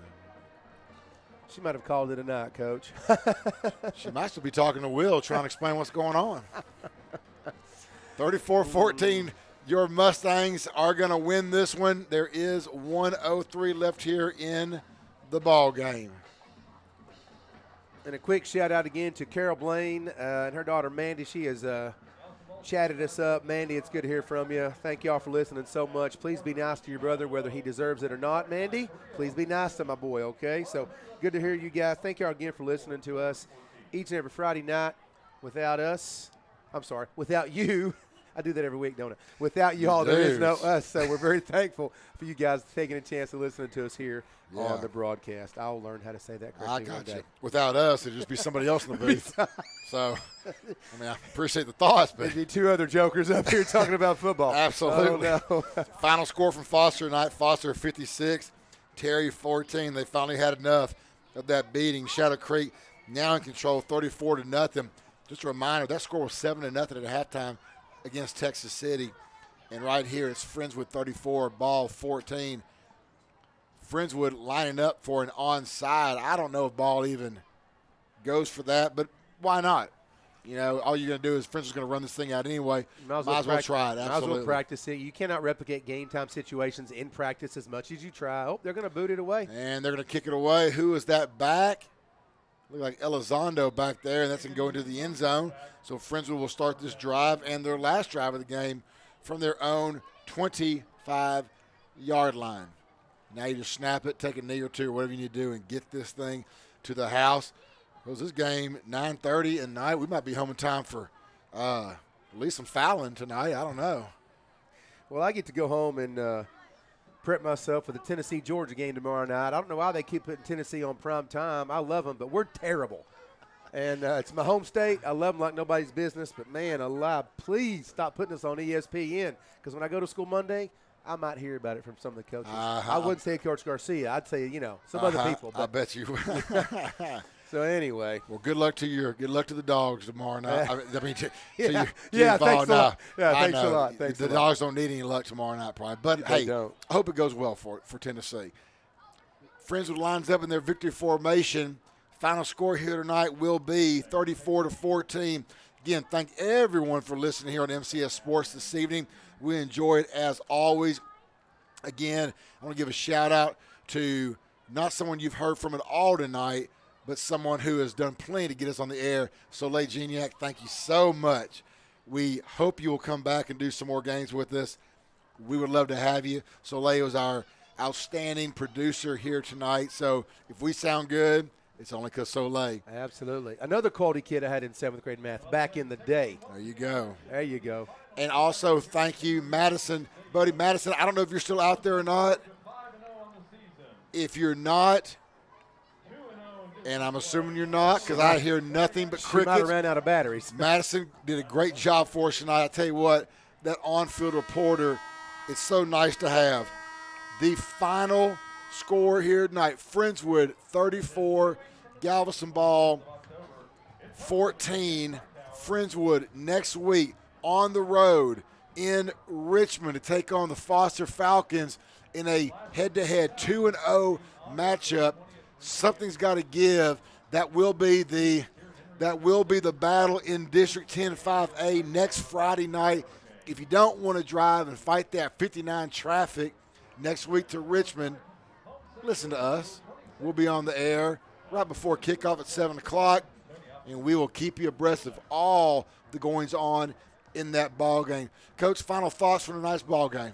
Well, it was good to see Friendswood jump on quickly, and again, our time of possession is not going to be great because we're scoring quick. Gurdon, again, had another great night, made quality decisions, spread the ball out amongst 9 receivers. I don't know how anybody on the field can be disappointed about that, spreading the ball out, and again, that three-headed monster we talk about of our running backs coming through. So we just got to keep this ball rolling, Kirk. It's going to be a tough game next week. We have not played a competition to the likes of what we'll see next week at Foster, but Friendswood just stays within themselves, keeps working hard on what they do best and not try to do anything crazy. I think we're going to have a good chance, and it's going to be a great game next week. Absolutely. I cannot wait to see that again. That's going to be next Friday night right here on MCS Sports. You can hear us live. Again, thank you, Soleil, for getting us on the air. Madison, outstanding job. I just got a shout-out from my own wife who said, you got a big fan in her right now. I think you're her favorite broadcaster, so great job. Thank you. Now, I don't know what to do about that. But, Madison, great job on field. And, of course, as always, Coach Fritz, great job tonight. Love doing it with you. We got a lot more to do this year. Can't wait to do it. It is a lot of fun. I appreciate the opportunity to do that this year with you. I've had a great time. And let's go Mustangs. Absolutely. Final score here from Friendswood, 34-14. You guys have a great weekend. We'll see you next Friday night right here on MCS Sports. We are out.